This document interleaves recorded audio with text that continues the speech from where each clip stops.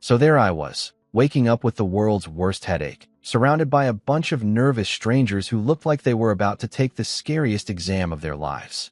Some dude was literally praying to God, Buddha, and the Virgin Mary at the same time. Bro was covering all his bases. Then, memories hit my brain like a truck.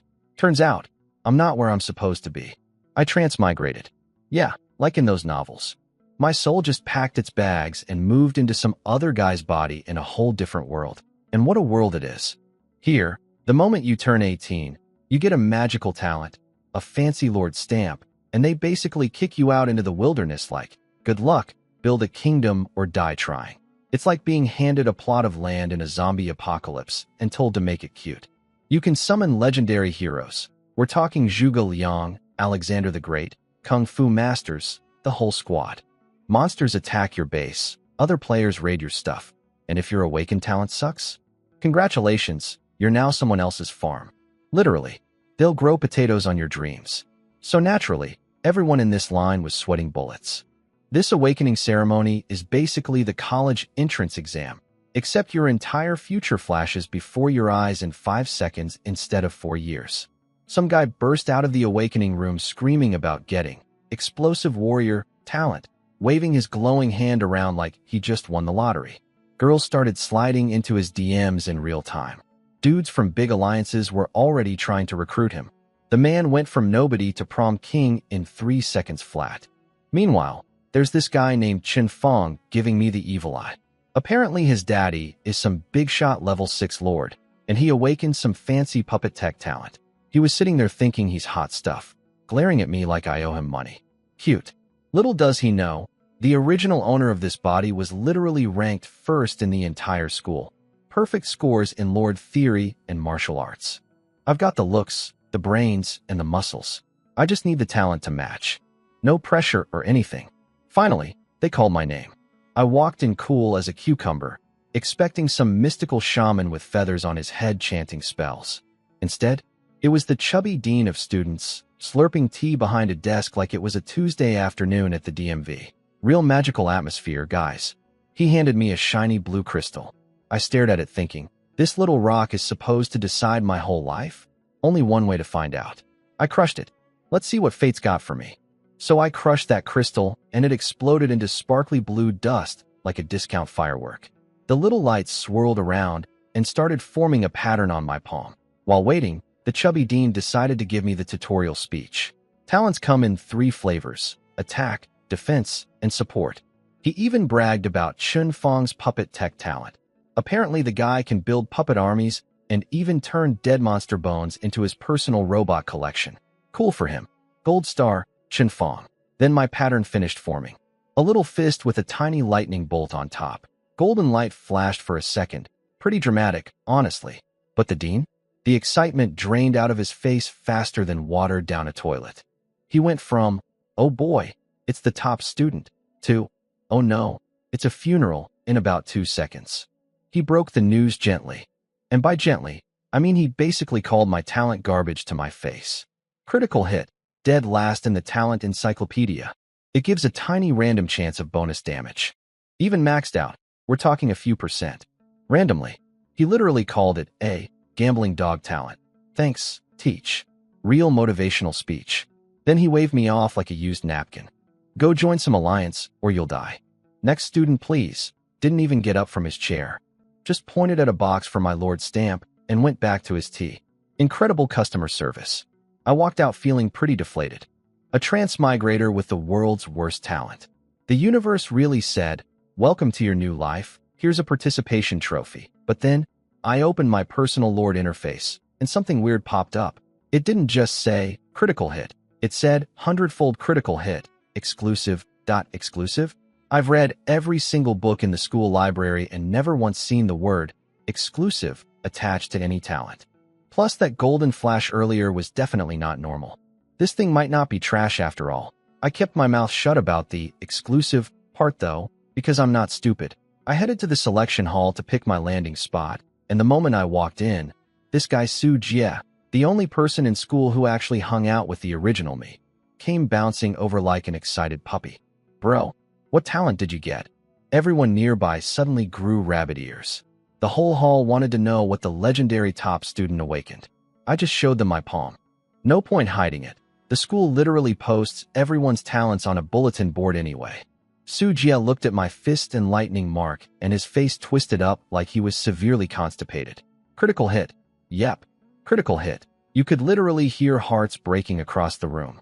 The school beauty who had a love letter ready crumpled it up and slam-dunked it into the trash. The school heartthrob with flowers for me? Garbage. Gone. The Alliance recruiters who had goodie bags prepared walked away cursing like they'd swallowed a dead fly. My social stock crashed harder than cryptocurrency on a Monday. But Sujia. Oh, Sujia. That man is a professional bootlicker. A PhD in brown nosing. Even after watching my value drop to absolute zero, he forced the most painful smile I've ever seen onto his face. This guy spent years sucking up to me, and he was not about to leave without squeezing out the last drop of usefulness. Honestly, respect the hustle. Right on cue, Sujia hit me with the world's most backhanded pep talk. Don't be sad, bro. Even with a garbage talent, life can still be, not terrible. Just attach yourself to a strong lord, survive the early game, grind levels, save up resources, and maybe one day you can buy some mercenaries or something. There's hope. Probably, wow. Inspiring. Someone put that on a motivational poster. Then he dropped the real pitch. He knows some alliance run by a level 5 lord. All I gotta do is pick the same region as him, hand over my coordinates, and boom, we're buddies. He even hit me with the classic line. As long as I have food, you won't go hungry. Bro was practically reading from the scammer's handbook. His genius plan? Get me to pick the western part of the Central Plains, a place famous for having no resources, insane terrain, and monsters around every corner. New players who go there basically die on arrival. It's the uninstall the game starter zone. But Sujia wanted me there as his personal meat shield. Use me as bait, steal my stuff, develop faster than everyone else. Real friendship goals. Then this mastermind suggested plan B. Let's go join Shinfong. Oh sure, let me go submit myself to the guy who's been jealous of me for over a decade and has the personality of a vengeful chihuahua. That's not joining an alliance. That's walking into a wood chipper feet first. I shoved his arm off my shoulder. I don't need to depend on anyone. Go make your own plans. His face went dark like a thundercloud. Without another word, he slithered off straight to Chinfong. Speed ran the betrayal arc in record time. Then the selection hall went quiet. Some deep-voiced dude standing on a giant pillar in the middle of the hall barked 2 sentences. Line up. Choose your landing spot. That's it. No speech. No encouragement. Just raw authority and scary eyes. I respect that energy. My turn came fast. 5 minutes to pick where I'd spend the rest of my life. The map showed 9 regions, the 9 provinces. There's the Central Plains, rich and competitive. The frozen northern Demon Marsh snowlands, where everything wants to freeze you and eat you. The western 100,000 mountains, aka death speedrun territory. Then 6 more, Han, Qing, Lei, Yun provinces, the Endless Sea, and the Shattered Star Archipelago. I was torn between 2 options. Central Plains, crowded, dangerous, but loaded with resources. Or Shattered Star Archipelago, private islands, ocean defense, nobody bothers you. Sounds perfect, right? Well, there's a reason nobody picks the islands anymore. Apparently some lord out there got caught doing unspeakable things with the fish people, and the guy who attacked him paid money to broadcast it to the entire world. Then more island lords got exposed doing the same thing.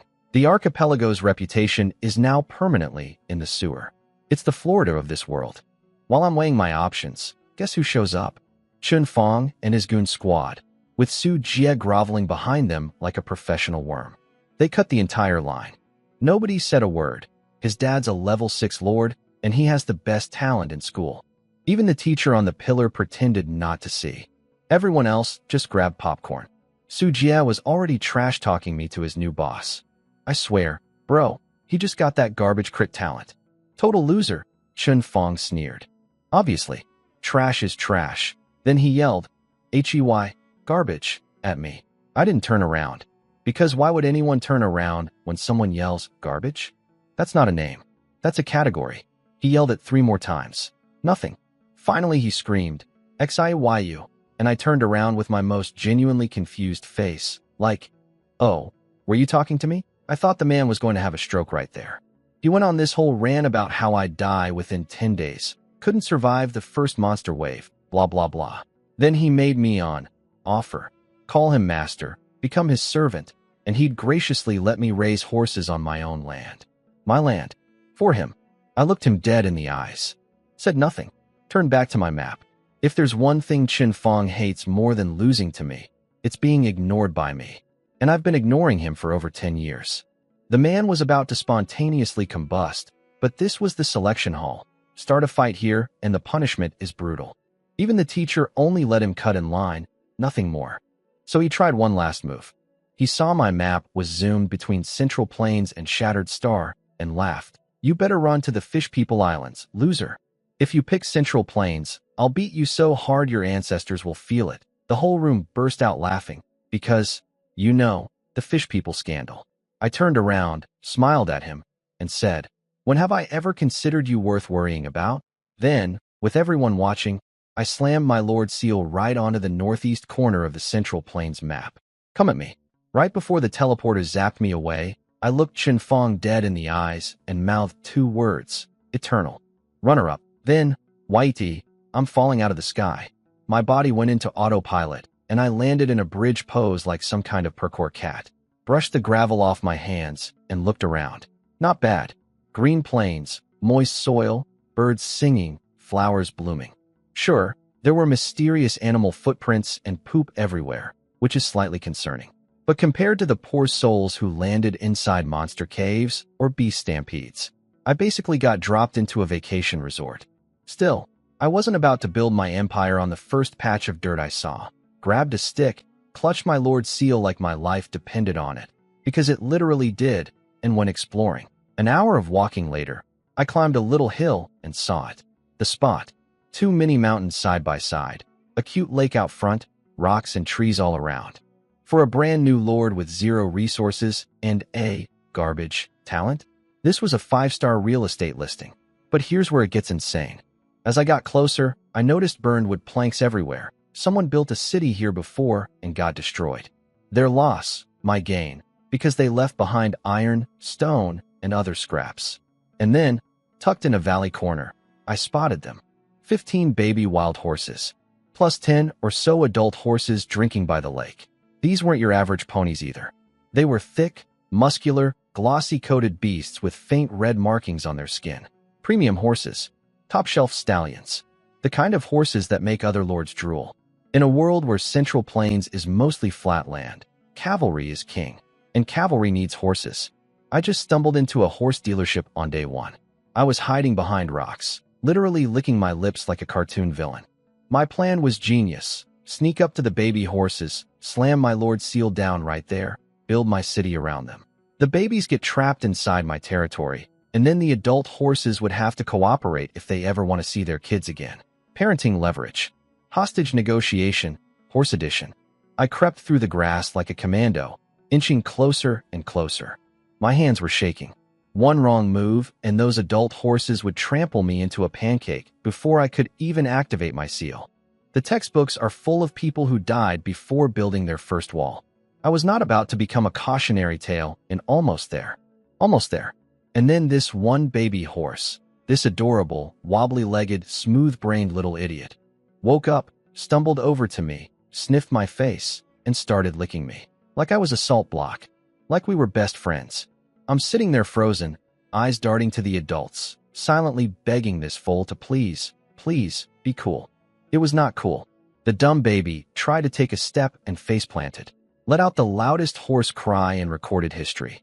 Every adult horse snapped their heads toward me. The biggest one's nostrils shot out steam like a dragon. Its eyes went bloodshot red. And then the thunder started, hooves pounding the ground, charging straight at me. I slammed that Lord Seal into the dirt so fast I think I broke the sound barrier.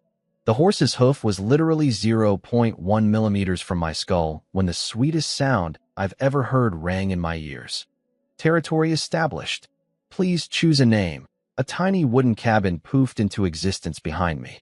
The murder horse instantly calmed down like someone hit the off switch. I collapsed onto the ground, gasping for air. My entire life flashed before my eyes. Both lives, actually. My clothes magically changed from cool black combat gear into basic peasant fabric. Got a starter sword called the Sword of Kings on my hip. Every lord gets one. It levels up with your territory, and you can add materials to customize it later. For now, it looked about as threatening as a butter knife, but hey, it's mine. My territory was about 1,000 square meters. Tiny, but it stretched just far enough to reach the lake. Perfect for my horse domestication plans. Name your territory? Didn't even hesitate. Huaxia. Then the system started tallying up everything inside my borders. All that leftover junk from the destroyed city? Mine now. Wood, iron, stone, food, 15 baby horses, plus a mystery summoning scroll. And then my talent kicked in. 100-fold critical hit activated. Every single reward multiplied by 100. 1,500 wood became 150,000. 200 iron became 20,000. 2,000 stone became 200,000. 300 food became 30,000. The baby horses? Upgraded into 15 adult blood sweat war horses, legendary tier mounts. My 1-star white summoning scroll bumped up to a 2-star blue. I sat there in the dirt, wearing peasant clothes, surrounded by war horses, sitting on a mountain of resources that most lords don't see until month 3. Garbage talent, they said. Dead in 10 days, they said. Day 1 isn't even over, and I'm already rich. My eyeballs nearly popped out of my skull. So let me get this straight. My garbage talent just multiplied everything by 100 during the territory setup. Baby horses that couldn't even walk. Now they're fully grown legendary blood sweat war horses standing in my backyard looking majestic as hell. Wood, iron, stone, food, all times 100. I went from homeless transmigrator to resource tycoon in about 30 seconds. The original adult wild horses? They got kicked outside my territory borders when the protection shield went up. Now they're just pacing around out there, stomping and screaming, absolutely furious that their babies suddenly grew up and chose me as their new dad. Sorry guys, custody battle's over. I'll deal with you later. But the real prizes were the 2 summoning items. See, in this world, you can sacrifice these items at a hero altar to summon legendary warriors, generals, strategists, martial arts masters, who fight for you with absolute loyalty. One good hero is worth more than an entire army. The ranking goes: 1-star white, meh, 2-star blue, decent, 3-star purple, you've made it, 4-star red, big shot, 5-star orange, top of the world, and 6-star gold. The legendary unicorns that nobody even dares dream about. My critical hit talent had already upgraded my white summoning item into a blue one during the territory cleanup. So now I had a blue summon and some mystery summon that even the system couldn't identify. It just said, unknown. The system can recognize gold tier items no problem, but this one? Just a big fat question mark. Even after getting hit by my 100-fold multiplier, it stayed unknown. That's either very exciting or very terrifying. Probably both. First things first though, I needed to build. My territory was level 1, which gave me a workshop with 1 worker, 2 farmers, a basic barracks for swordsmen and archers, and a hero altar. Thanks to my insane resource haul, I had enough materials to build everything and upgrade to level 3 right away.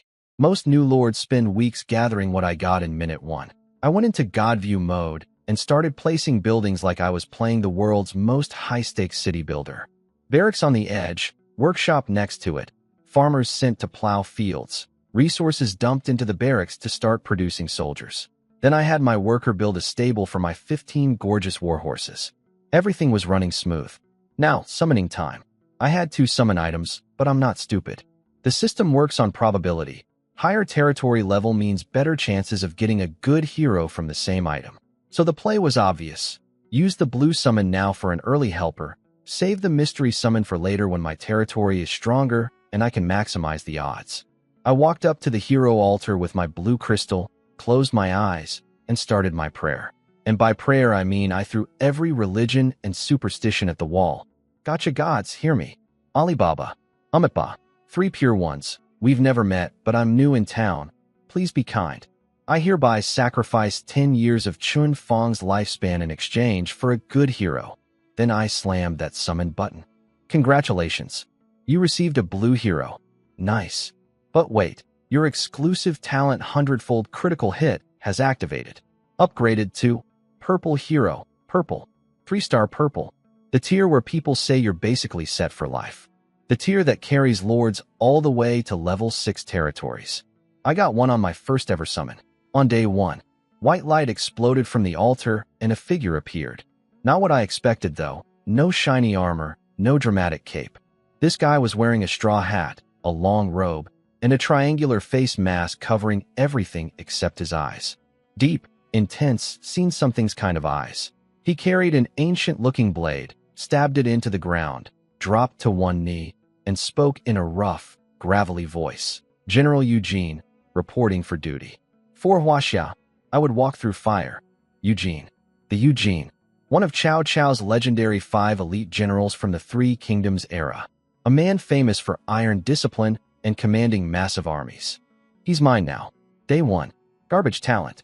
No allies. No family connections. 15 warhorses, a mountain of resources, and a purple tier legendary general kneeling at my feet. I think I'm gonna like this world. Eugene. I got freaking why Eugene. For those who don't know their Three Kingdoms history, this man was one of Cao Cao's legendary 5 elite generals. At his peak, he commanded 7 armies and was the top-ranked general among all non-family officers. The guy was basically Cao Cao's right-hand man. Now, his story has a complicated ending. He surrendered to Guan Yu during the famous flood battle, and compared to his buddy Pang De, who chose death over submission, that looked pretty bad. His reputation took a nosedive. The new Emperor Cao Pai even commissioned a painting specifically to humiliate him. The man literally died of shame and depression. Then centuries of scholars piled on and trashed him some more. Result? A general who should have been rated orange, 5-star, or at minimum high red, 4-star, got demoted all the way down to top-tier purple. But here's the secret everyone in the Central Plains whispers about. His actual stats are still orange level. He's like a sports car with a Honda badge. The rating says purple, but everything under the hood screams elite. I pulled up his stat sheet and nearly choked. Attack, 1800. Defense, 1800. Way above purple tier. For skills instead of the purple maximum of 3. Every single skill stacks crazy buffs, morale boosts, stat increases, terrain mastery, and an intimidation aura that tanks enemy morale by 40%. The man is a walking army multiplier. So let me do the math here. Started with a white summon. Talent upgraded it to blue. Blue summoned a purple hero. But that purple hero secretly has red tier stats. So basically, I used the worst possible summoning item and got a 4-star general. My garbage talent is broken. I was already fantasizing about future summons. If blue becomes purple, then purple becomes red, red becomes orange, and orange becomes gold. Zhuge Liang, Lubu, Zhaoyan, Han Xian. My brain was doing backflips. I calmed down and looked at Eugene properly. The man was standing there in plain robes, straw hat hiding his eyes, face masked, carrying nothing but a simple old blade. No armor. Why no armor? I asked. Long silence. Then that gravelly voice. The sinner Eugene does not deserve to wear armor. Ouch. This man has been carrying guilt for centuries. Even in a new world, summoned by a new lord, he still won't forgive himself. I felt that in my chest. I looked him in the eye and told him straight, I will see you in full armor again. His head snapped up. For the first time, those hidden eyes burned with something fierce, hope. Because you, my lord, are the one who can help me redeem myself. He could feel it. My talent. My potential. This man waited who knows how long for a lord worthy enough to summon him. And somehow the universe matched us together. A general desperate for redemption, and a lord with a talent everyone calls trash. We're gonna prove them all wrong. But of course, the universe couldn't let me have a peaceful first day. While Eugene and I were having our touching bonding moment, 2 strangers showed up at the edge of my territory. Hey buddy, new lord, right? I sized them up. 2 guys, trying really hard to look friendly. The older one was grinning ear to ear, giving me his best, trust me bro, energy. We're, noble outlaws from the mountain behind that forest over there. Gallant heroes of the Greenwood. We'd love for you to join us. They didn't notice Eugene was a general because he looked like a regular peasant in his plain clothes and hidden face. Meanwhile, I had my 2 freshly baked swordsmen and 2 archers standing behind me looking about as threatening as a school play. But I caught 2 important details from their little speech. 1. There's a forest nearby. Useful information. 2. Noble outlaws of the Greenwood is just a fancy way of saying bandits. These guys are mountain bandits who saw a shiny new territory pop up and came over thinking, easy meal. They probably expected some scared kid with a trash talent they could bully into submission. Instead, they found me, with a secret purple tier general who could solo their entire mountain. This should be fun. So these 2 noble outlaws started their sales pitch. The older one, let's call him Libro, put on his best sad puppy face. Oh, we're just poor souls whose territories got destroyed by monsters. We lost everything. We just huddled together on a mountain for warmth. Won't you join our little support group? The more pathetic he acted, the more I knew these guys were absolutely going to rob me. But I played along because I wanted intel. Where's their base? How many people? What are they packing? Every word out of his mouth was free information, and information is power. We can teach you. We're experienced lords. We'll help you grow. Libro was laying it on thick, rubbing his hands together like a used car salesman about to close a deal. I raised an eyebrow. Oh, that sounds almost too good to be, and that's when his idiot partner ruined everything. This genius, Tiger Boy, yanked out a sword, glared at me, and went full villain monologue mode. Why are we wasting time talking to this noob? He's obviously still in protection mode. All he's got is farmers and like 3 soldiers. Let's just make him hand over those horses. And if he says no, we camp outside and smash his base the second protection expires. Remember that girl lord last time? She was tough at first, but she got on her knees real quick when she saw the boss's cavalry. Libro's friendly mask shattered. He turned to Tiger Boy, grinding his teeth. Can you please let me finish the con just once? Then Libro dropped the act completely. Cold eyes, threatening voice. Kid, you heard my brother.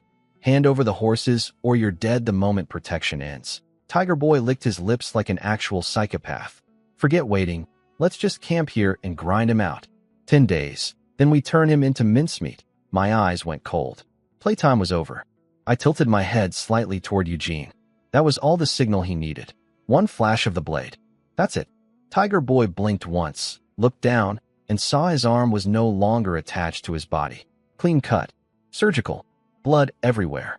The scream that came out of him could have woken up the dead across all 9 provinces. Eugene slid his blade back into position like nothing happened. Didn't even look at the guy. Just went back to being an invisible peasant under a straw hat. I had my swordsman drag the one-armed wonder into my territory.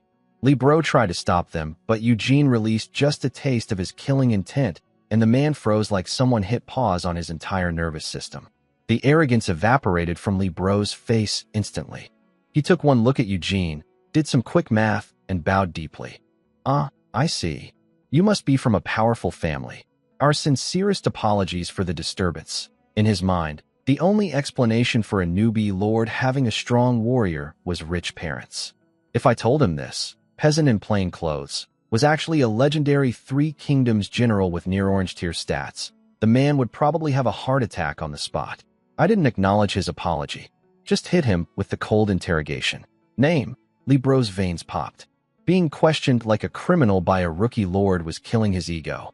But Eugene was right there, so. Li Tong. Gender. You. He caught Eugene's eyes. Swallowed his rage. Male? I picked my ear casually. Sorry, what? Didn't catch that.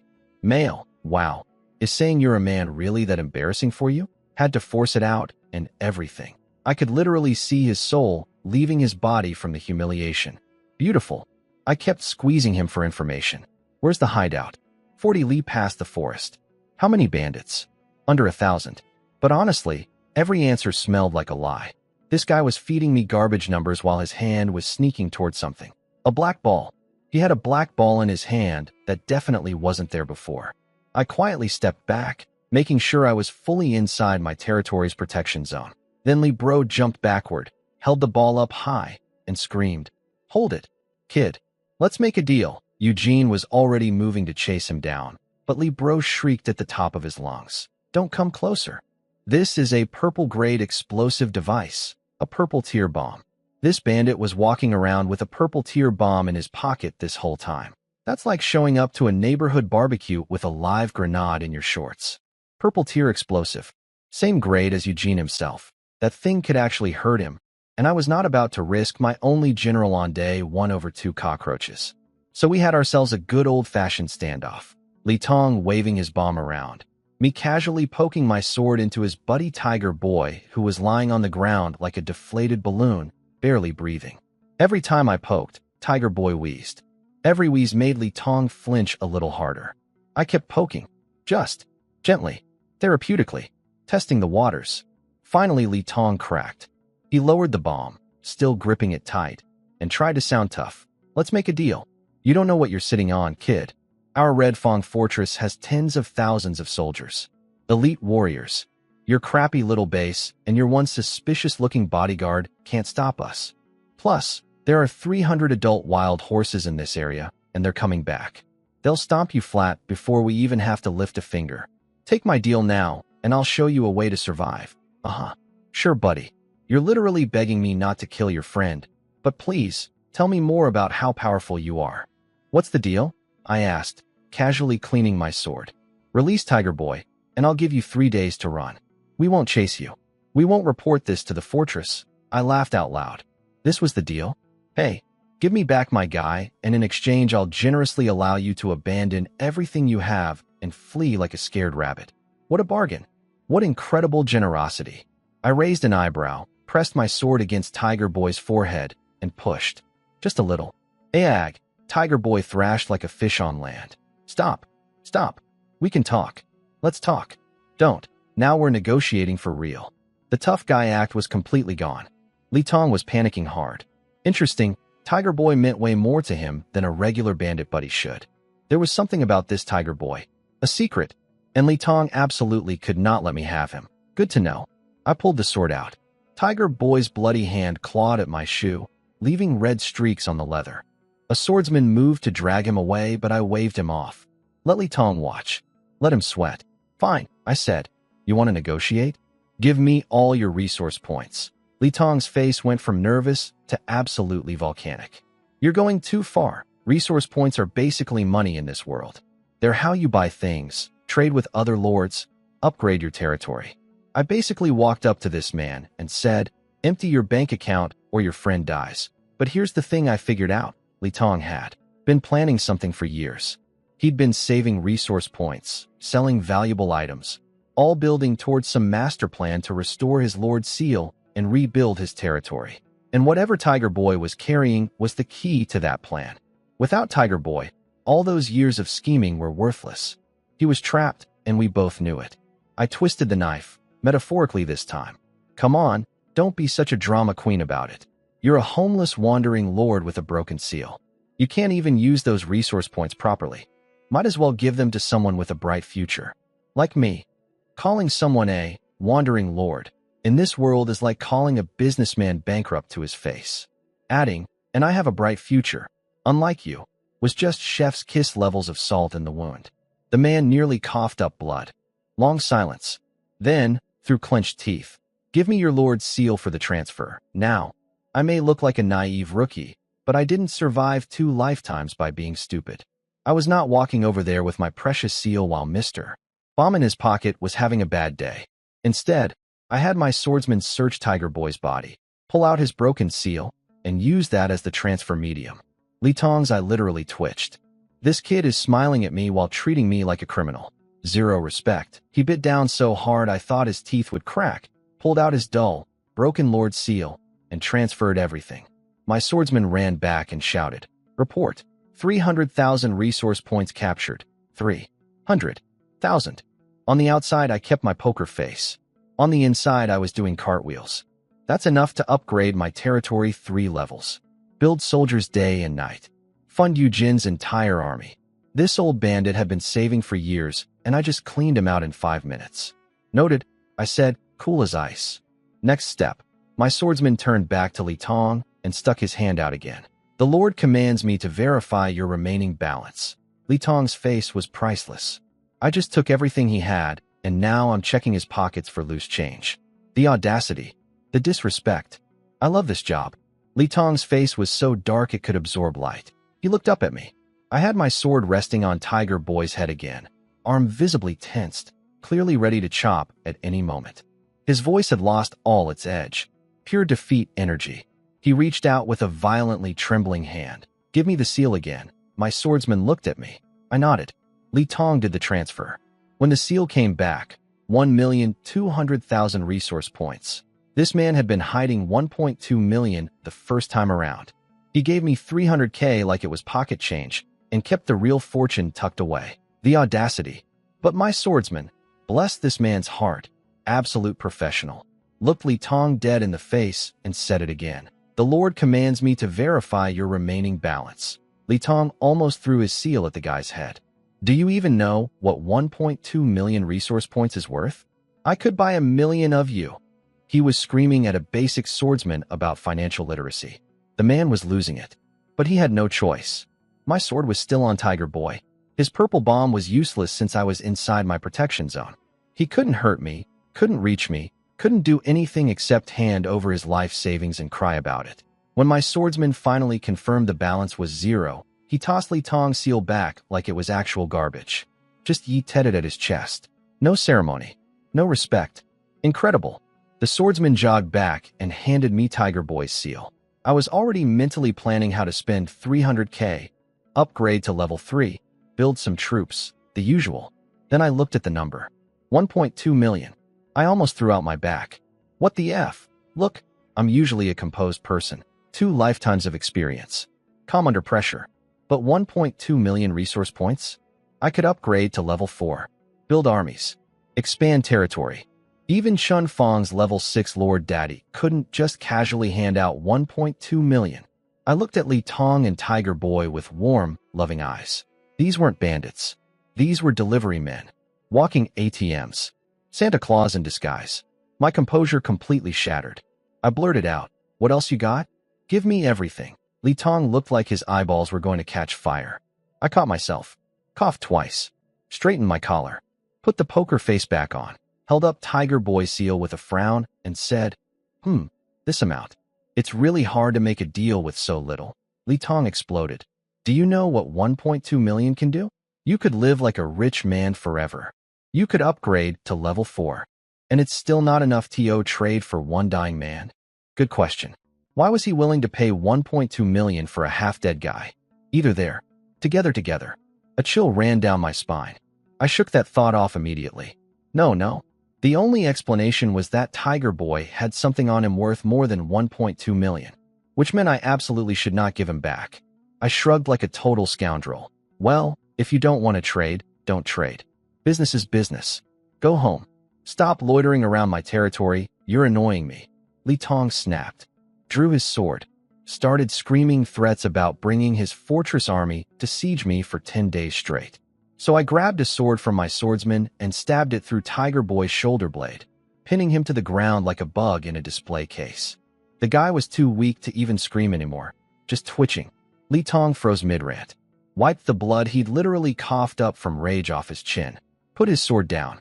His voice came out grinding like broken glass. One last request, or this ends badly for both of us. Fair enough. I was tap dancing on his last nerve. Time to close the deal.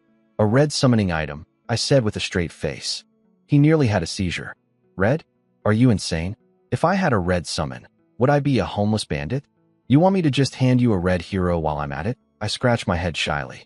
I mean, if you're offering. The man who started this encounter as a cold, calculating bandit leader was now just screaming profanity at me like a man watching his house burn down. Impossible. I don't have it. Pick something else. So I started listing things out loud, right in front of him. Resource points? Got enough of those now, thanks to you. Red summon? You're broke. Purple summon? Probably not. Secret weapons? Treasure artifacts. Li Tong's eyebrow was twitching with every item like a broken traffic light. Does this kid think I'm a shopping mall? Okay, fine, I said. A troop class change altar. Don't have it. Now I was getting annoyed. You don't have this. You don't have that. You know what? Just come collect his body. We're done here. Goodbye. Wait. Li Tong grabbed the air dramatically and said, with the energy of a man swallowing his own pride whole, the deal isn't about what you want. It's about what I have. Then, wincing like every movement physically hurt his soul, he reached into his clothes, rummaged around, and pulled out a glowing purple token. A purple token with a big question mark on it. A mystery summoning token that could call forth some unknown creature or object from the 9 provinces. This is my absolute last treasure, Li Tong said, looking like a man watching his own funeral. It's worth just as much as that 1.2 million. Not bad. I was fully prepared to accept some random junk at this point, but this old turtle actually coughed up something legitimately valuable.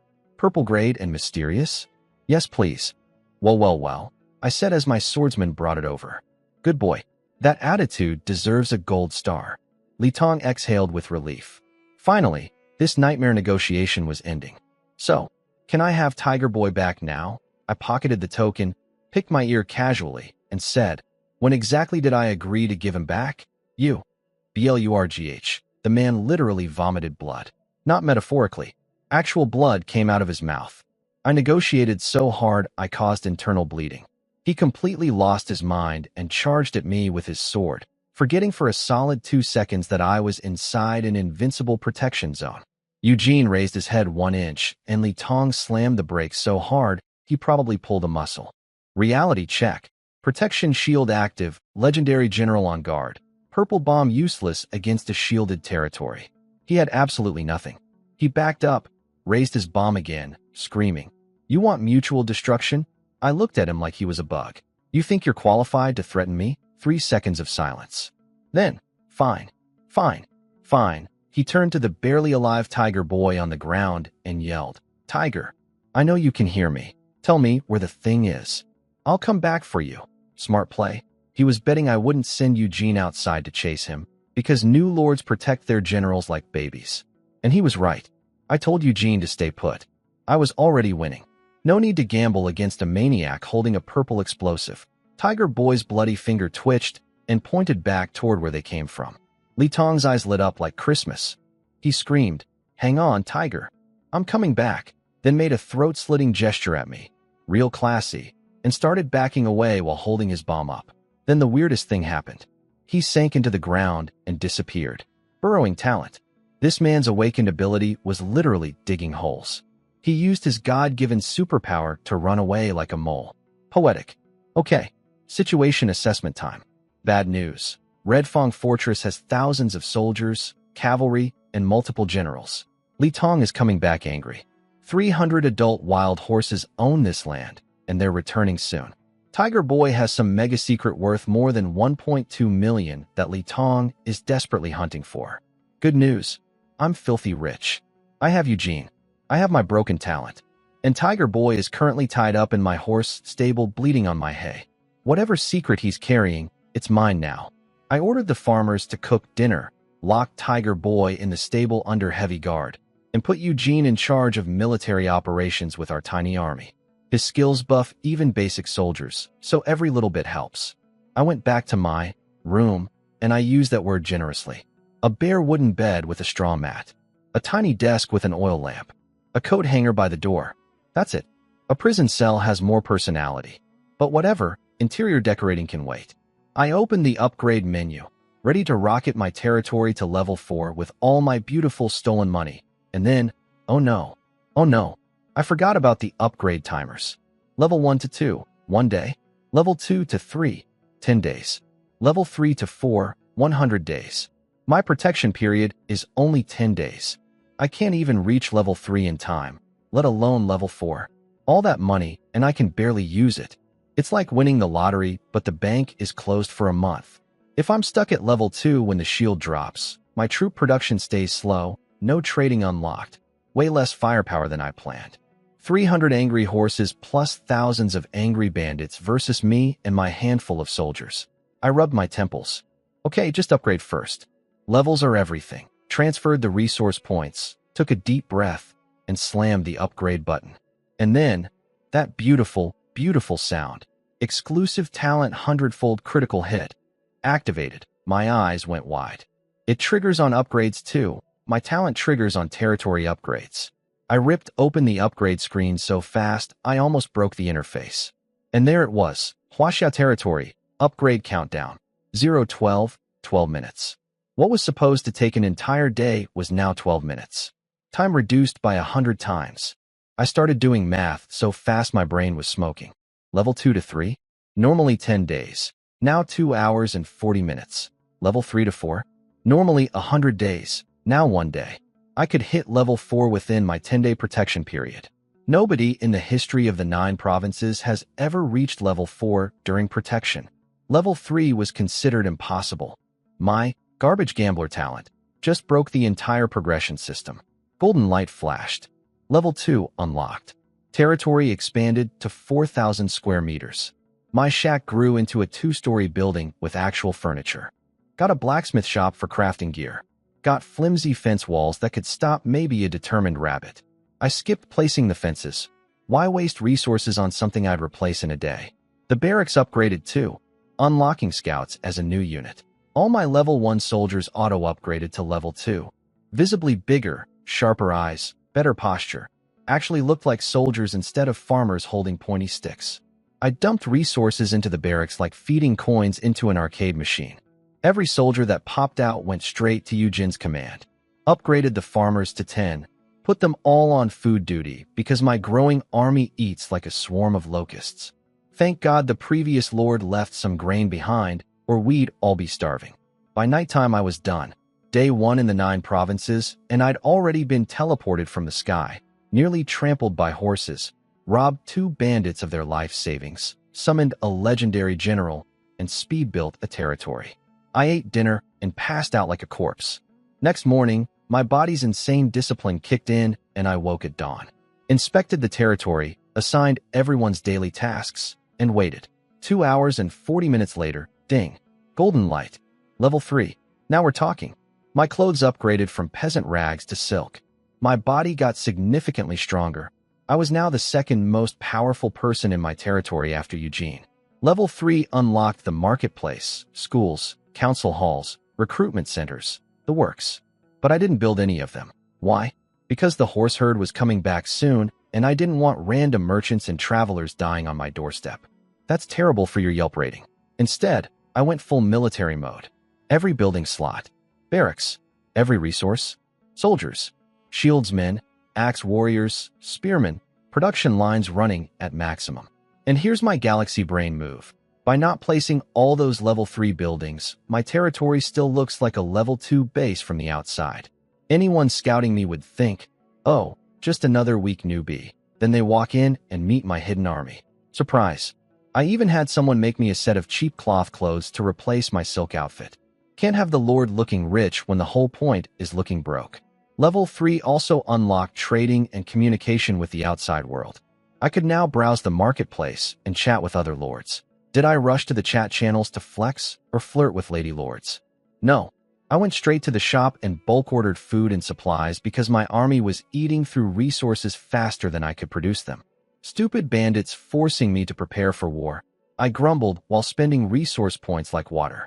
If it weren't for Red Fong Fortress, I could just farm peacefully on this beautiful fertile plain. But in a low, bandits got a bandit. After sorting out logistics, I remembered that purple token Li Tong gave me. His absolute last treasure. The glowing mystery summoning token he presented like it was the Holy Grail. I used my newly unlocked level 3 scanning function on it. Read the description. Read it again. Then I lost it. That old turtle scammed me. The scan results came back and I wanted to reach through time and slap myself. Mysterious merchant token. Attribute, none. Function, summons a random mysterious merchant near your territory. That's it. That's the priceless treasure Li Tong gave me with tears in his eyes. See, mysterious merchant tokens have a legendary reputation in the 9 provinces. Legendary for being garbage. The story goes like this. Someone found a red grade token in a monster dungeon and auctioned it off. A level 8 lord spent nearly everything he had to buy it, thinking a red tier merchant would sell god tier items. The merchant showed up and was selling regular grain and basic iron swords. The lord went bankrupt. 3 days later, his cities were conquered, his generals killed, and his wife and daughters enslaved. After that, tokens started popping up everywhere. Red ones, even gold ones, and they all summoned merchants selling trash. The entire 9 provinces collectively gagged. Merchant tokens became synonymous with scam, and I got a purple one. If red summons grain merchants, purple probably summons. What? Fertilizer salesman? A guy selling used napkins? I got hustled by an old bandit. I muttered, rubbing my temples. At least I still got 1.2 million out of him. Consider the token a free lottery ticket. With nothing better to do while waiting for upgrades, I figured I might as well use it. Clicked, activate. The token floated up, the question mark spun around a few times, and a yellowish face appeared. Then that sound again. Exclusive talent 100-fold critical hit. Activated. The token exploded into a swirling purple portal that looked like a miniature black hole. And out walked a 1-meter-tall blue dwarf in a deep purple robe. Blue skin, pointy ears, pointy nose, face covered in thick wrinkles. But his eyes were ancient and deep, like staring into an ocean of money. This was no regular goblin merchant. Regular goblins look like sleazy con artists. This one radiated actual nobility, like a tiny blue billionaire. "Mortal," he said, completely emotionless. "State your desires." I looked down at this waist-high creature who just called me mortal and blinked. "Open your shop. Your god is here to buy things." "Your god?" The little purple goblin puffed up with rage. "I am nobility from the western abyss. I have descended upon your summons to bestow my generosity upon you." I massaged my forehead. Yes, nobility, very impressive. Can you please just open the store?" Hearing the word nobility calmed him down immediately. Fragile ego, noted. He reached into his robe, pulled out a tiny box, and opened it while monologuing. "Remember your fortune, mortal. My arrival shall illuminate your path too." I stopped listening because my JW hit the floor. Everything in that box was purple. Every single item. Hero cards, secret treasures, amplification items, a troop class change altar, even a native purple-grade creature. All purple. All priced at 200,000 resource points each. For context, a single purple item is worth way more than 200k on the open market. This was like walking into a luxury car dealership and seeing everything priced at bicycle money. "Are these real?" I whispered. The goblin sneered. "Ignorant mortal, bow before the great goblin race." "No, I mean, are they really 200k each?" See, this smug little troll had deliberately set the prices low to humiliate me. His whole hustle was, show a broke newbie lord incredible items at affordable prices, watch them cry because they can't afford even one, then smugly sell them some overpriced bread. He'd been doing this for years, feeding off lords' tears. He'd never met someone like me. This, and this, I said, pointing at 5 items. "I'll take them all." Then I flashed my lord seal. Over 1 million resource points, glowing bright. The goblin was mid-sentence. As I expected, a mere level 2 lord with no means. "Perhaps I could sell you some premium grain inst." He froze. Blinked. Looked at my balance. Blinked again. What?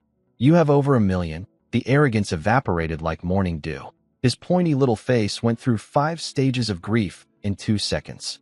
He'd set joke prices to mock me, and I was about to clean him out at a 90% discount. Then his nose twitched. He sniffed my territory. His eyes went wide. "Level 3? You're a level 3 lord? During the newbie period? That's impossible." I just stood there smiling. Said nothing.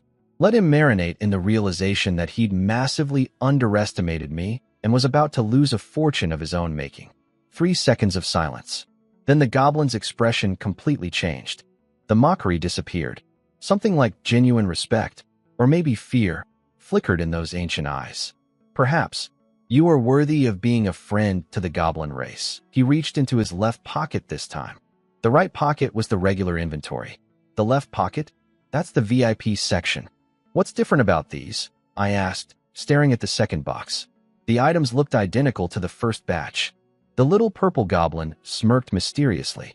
Goblins never shortchange their friends, especially friends with potential. "Look closer." I squinted. "The price went from 200k to 500k? Is that your idea of friendship, friend?" "Ahem. Just click on one." I tapped the Berserker class change altar and my brain short-circuited.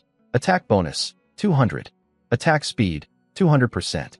Life steal, 20% of damage dealt. When you have over 100 Berserkers, all of them get 100% attack. Conversion cost, 2,000 resource points per soldier. Required, level 3 melee troops. And the last line, troop limit, unlimited. The first box's version had a cap of 1,200 Berserkers. This one, make as many as you want. Forever. Infinite Berserker army. I was no longer worried about horses, or bandits, or anything.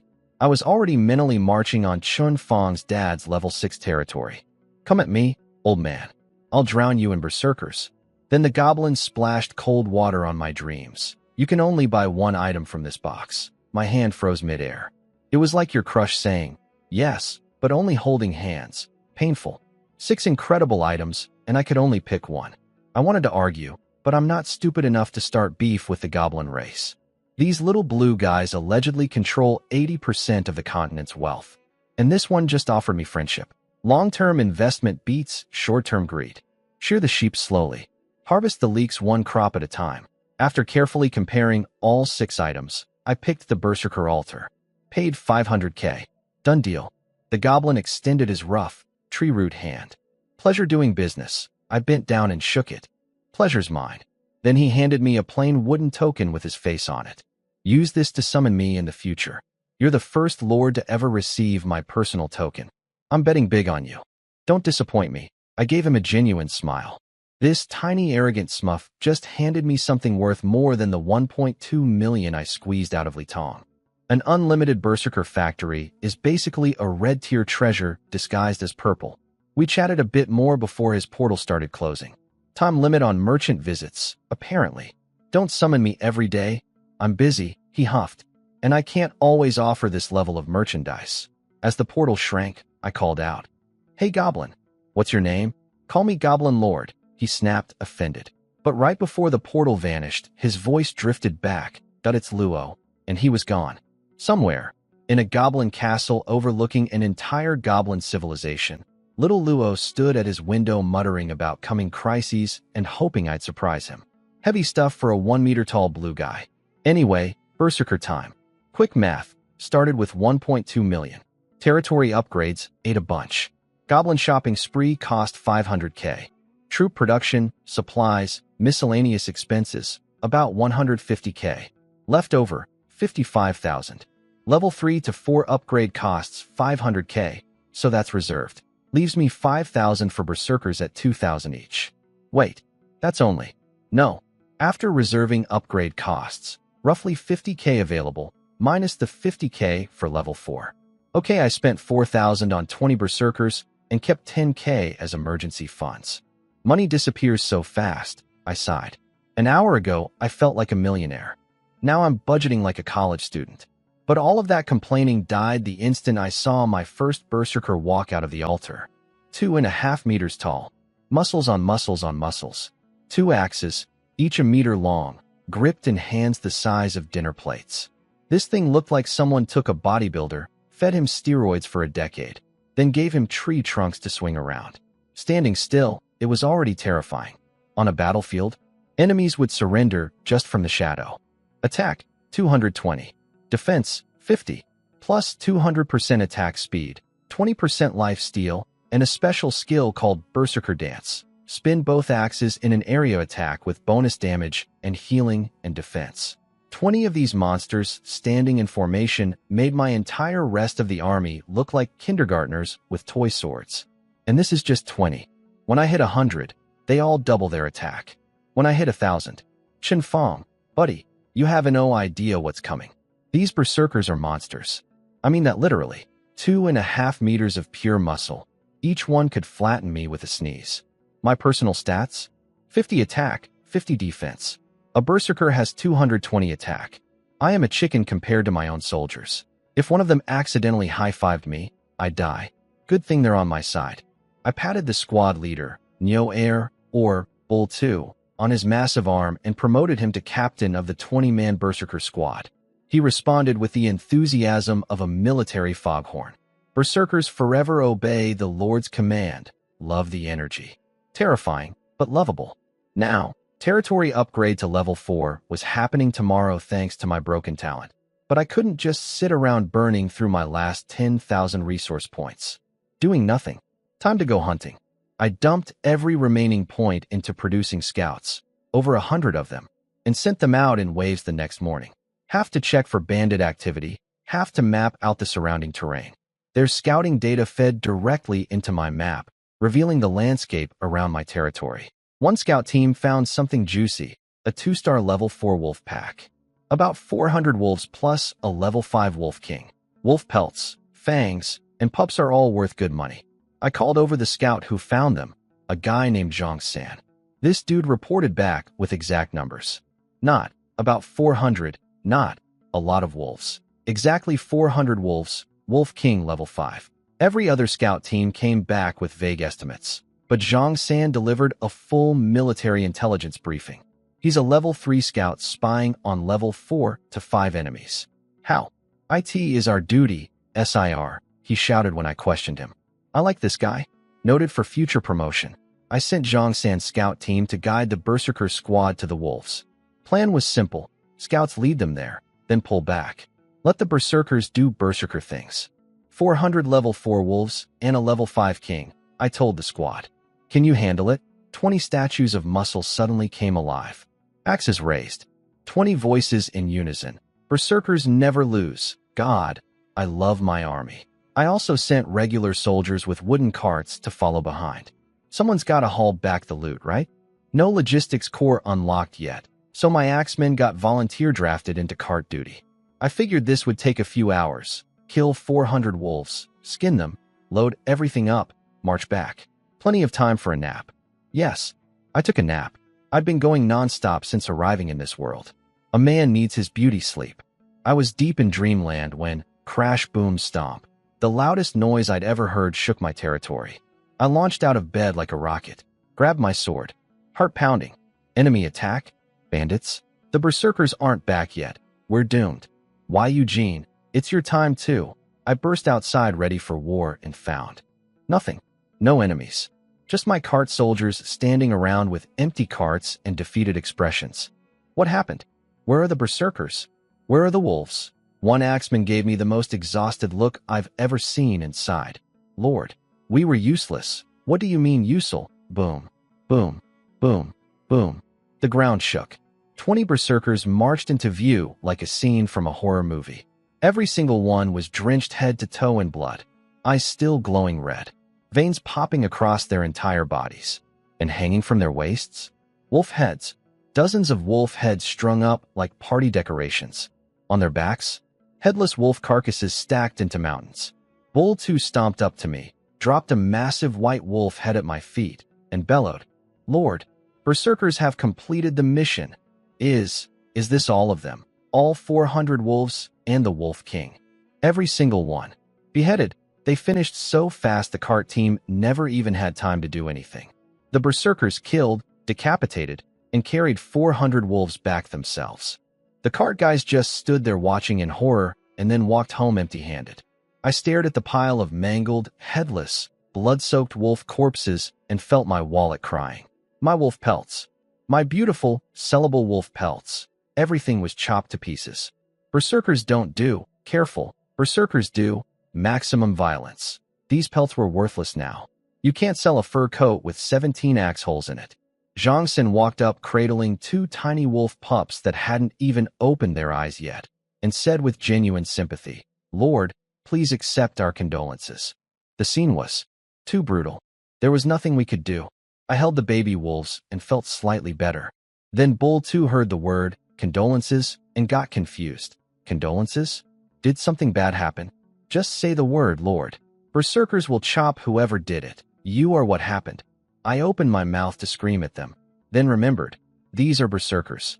Their entire personality is chop things. Getting mad at a Berserker for over-chopping is like getting mad at fire for being hot. I sighed, waved them off, and went to count whatever salvageable loot remained from the carnage. Note to self. Next time, give the Berserkers very specific instructions about not destroying the merchandise. Zhang-san's intel was perfect. Exactly 400 wolves plus 1 king, just like he said. The only thing nobody predicted was that my Berserkers would decapitate every single wolf like they were competing in a headless wolf speedrun. 401 pelts ruined because these lunatics don't know the meaning of gentle. Thankfully, star-ranked creature parts are still valuable, even chopped up. Claws, fangs, Wolf King pelt, all sellable. I spent the entire afternoon having soldiers butcher 401 wolf corpses. Since I don't have a proper processing unit, my clumsy troops destroyed 30 more pelts during dismantling. Surgeons, they are not. Final haul, 371 intact pelts. 1,600 sellable fangs. 1,600 wolf claw sets. 40 tons of wolf meat. Several tons of wolf blood.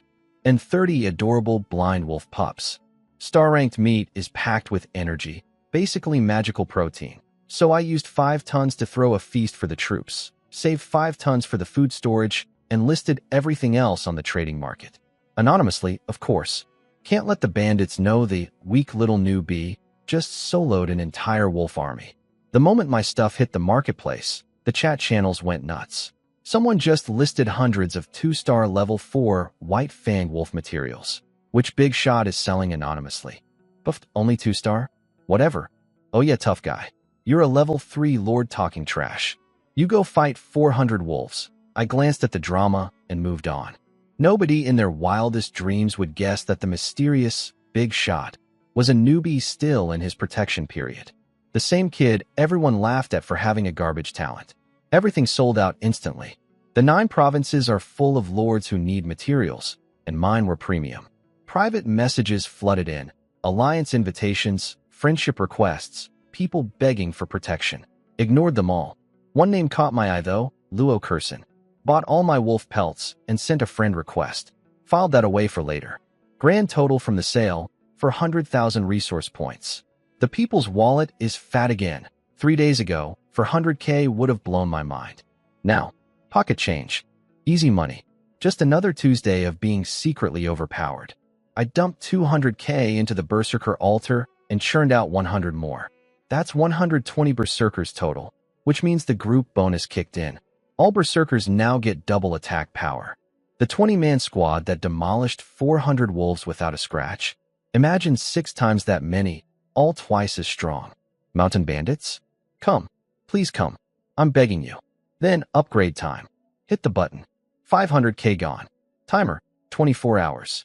While everyone else waits 100 days for this upgrade, mine takes 1 day. The gap between me and every other lord on this continent is becoming absolutely obscene. Day 5. Golden Light. Level 4. I officially stepped from low-tier lord into mid-tier lord territory. And the moment I did, something unexpected popped up. Congratulations, Lord Xiaoyu. Level 4 achieved. Pioneer achievement unlocked. World announcement will be broadcast. Hide territory name. Hiding may reduce reputation gains. A world announcement? For being the first person ever to reach level 4 this fast? Hide my name? Absolutely not. Nobody knows who runs Huaxia territory. Nobody knows my face, my coordinates, or my talent. Let them wonder. I clicked to know. Red text blazed across the world channel. Congratulations to Huaxia territory in the Central Plains for unlocking the Pioneer achievement. Unprecedented in history. If my wolf sale caused ripples, this caused a tsunami. 666, 666, 666, 666. The entire world chat exploded. Thousands of lords losing their minds simultaneously. What did this person do? Unprecedented in history? Huaxia territory? Never heard of it. It's not in any level 9 or 10 lord database. Who are you, mystery lord? And then, a message that made even the chat go silent. Huaxia territory? Friend, perhaps we could get acquainted. I believe I'm qualified enough. The chat detonated. Is that Caesar from Golden Lion territory? A level 9 lord just spoke. Bow. Bow. Everyone bow. A level 9 lord. One of the most powerful beings on the entire continent. Personally reaching out to little old me. That's not just a connection. That's the thickest thigh in the entire 9 provinces asking to be hugged. I rubbed my nose, staring at the message. To hug or not to hug? That is the question. The thought of buddying up with a level 9 lord lasted about 3 seconds in my brain before I killed it. Think about it. Caesar thinks I'm some hidden ultra lord, at least his equal. What happens when he finds out I'm a level 4 baby? Oh, interesting. How did you get that achievement? What's your talent? Oh, it multiplies everything by 100? Cool, cool, cool. Next thing I know, I'm conquered and my talent is being studied in a lab somewhere. Nope. Stay low. Stay quiet. Keep grinding. Closed the chat channel before it could corrupt my focus. The Pioneer achievement was nice though. 2,000 reputation and 10 physical stats for all my people. But I didn't equip it. More reputation means more visitors, and more visitors right now means witnesses to my secret army. Or worse, refugees I can't feed. Or worse, a big neon sign saying, "Attack me first," to every enemy nearby. After the bandits are dead, then I'll flex. Speaking of bandits, time to visit my favorite prisoner. Tiger Boy had been hanging by a thread in the horse stable this whole time. Jongsin splashed a bucket of cold water on his face to wake him up. He opened his eyes, saw me and Eugene, and tried to spit at me. Keyword, tried. He was so weak the spit landed on his own chest. Incredible aim, buddy. I sat down on a chair my soldiers brought in and asked nicely, "Tell me about Red Fong Fortress." Tiger Boy gave me this creepy horror movie laugh. "You're just a turtle hiding behind your newbie shield. Wait until Lee Bro and the boss come crush you." I said nothing, just stared at him. For a long, long time, the stable went dead silent. You could hear his heartbeat. Minutes passed. The air got so thick you could chew it. Finally he cracked and looked up at me. "Will Lee Tong come rescue you?" I asked. Silence. Because he knew the answer. Lee Tong wanted whatever was on his body, not him. Their friendship was a transaction. Then Tiger Boy lost it. Started thrashing and screaming like a caged animal. "You're just a low-level lord. You can't win. You can't win." That told me everything I needed to know. He wasn't saying, "You can't beat us." He was saying, "Please don't try." The fortress was strong, but he was terrified, not confident. I walked out without another word. Let him scream alone in the stable. Jongsin asked if he should send scouts out. I waved him off. Later. First, let's look at what we took off Tiger Boy. The loot pile from his body. A king's sword, broken. A dead lord seal. An old territory flag. Some blue-grade deer leather boots. And a greystone pearl. About 6 centimeters wide. Status, awaiting activation. My gut screamed, "This is important." I scanned it immediately. Name, unknown attack. 1 defense. For squares. Special. Status, awaiting activation. Activation cost. 1 million resource points. What? What? 1 million to activate? Defense for squares? What does that even mean? Is a Sun Wukong going to pop out of this thing? This is what Lee Tong was willing to pay 1.2 million for. This is why he spent years pretending to be Tiger Boy's friend. This little rock is worth more than everything else combined, and I can't even figure out what it does. I stared at it, rubbing it between my fingers, brain racing. Then something clicked. I snapped out of my trance, slapped Zhang San on the shoulder, and went full commander mode. "How many scouts do we have?" 300, sir. 10 battalions, 30 squads. 8 battalions currently deployed. Take every scout except 1 squad and spread them out in a massive perimeter. Nobody gets near this area without me knowing. If you spot anyone, report immediately. Do not get detected. Yes, SIR. Then I marched to the Berserker camp. Pointed at several locations on the map. Bull 2. Hit these spots. Fast. Grab everything. Bring back a guy named Zhang Liping. Bull 2 hefted his twin axes. Lord says chop. We chop. Good. Scouts will guide you. Go. I sent out my entire military force. Every berserker, nearly every scout. My territory was practically empty. This was the biggest gamble I'd made yet. If the bandits attacked now, I'd have nothing but Eugene and some basic troops. I sat in my room staring at the map, chewing my fingernails, waiting. Dinner came. I barely tasted it. Any word from the scouts or berserkers? Nothing. What's Eugene doing? Training soldiers. Okay. I sipped my soup and couldn't focus on anything. That stone pearl sat heavy in my pocket. Whatever Red Fong Fortress really was, they had 2 subordinates carrying items worth millions each. The actual fortress must be terrifying. I'm basically stealing the dragon while the enemy team isn't looking, I muttered. One wrong move, and this all blows up. The soldier standing next to me was too scared to breathe. Then, finally, the beautiful sound of heavy boots and rattling axes echoed through the territory. Huh. My army's back. Bull 2 came sprinting at me covered in blood. Shocker. Waving his axes and carrying 3 severed heads of completely different species. Just dangling them from his belt like keychains. Lord, berserkers never fail. Normally I'd yell at him about property damage. But the mission was a success, so I just hugged his bloody shoulders and said, "Good boy," like he was the world's most terrifying golden retriever. Sent everyone to process the loot. Called Zhang San back for a debrief. "Zhang San, your scouts went really far out this time. Anything new?" His face got serious. "Not good, Lord. Nearly 300 scouts covering over 30 li in every direction. And almost no bandit activity anywhere. That's bad. If the bandits are supposed to be all around us, but suddenly aren't, it means they've pulled back. They're consolidating. Preparing something. What are they planning? I muttered. Also, sir, one more thing.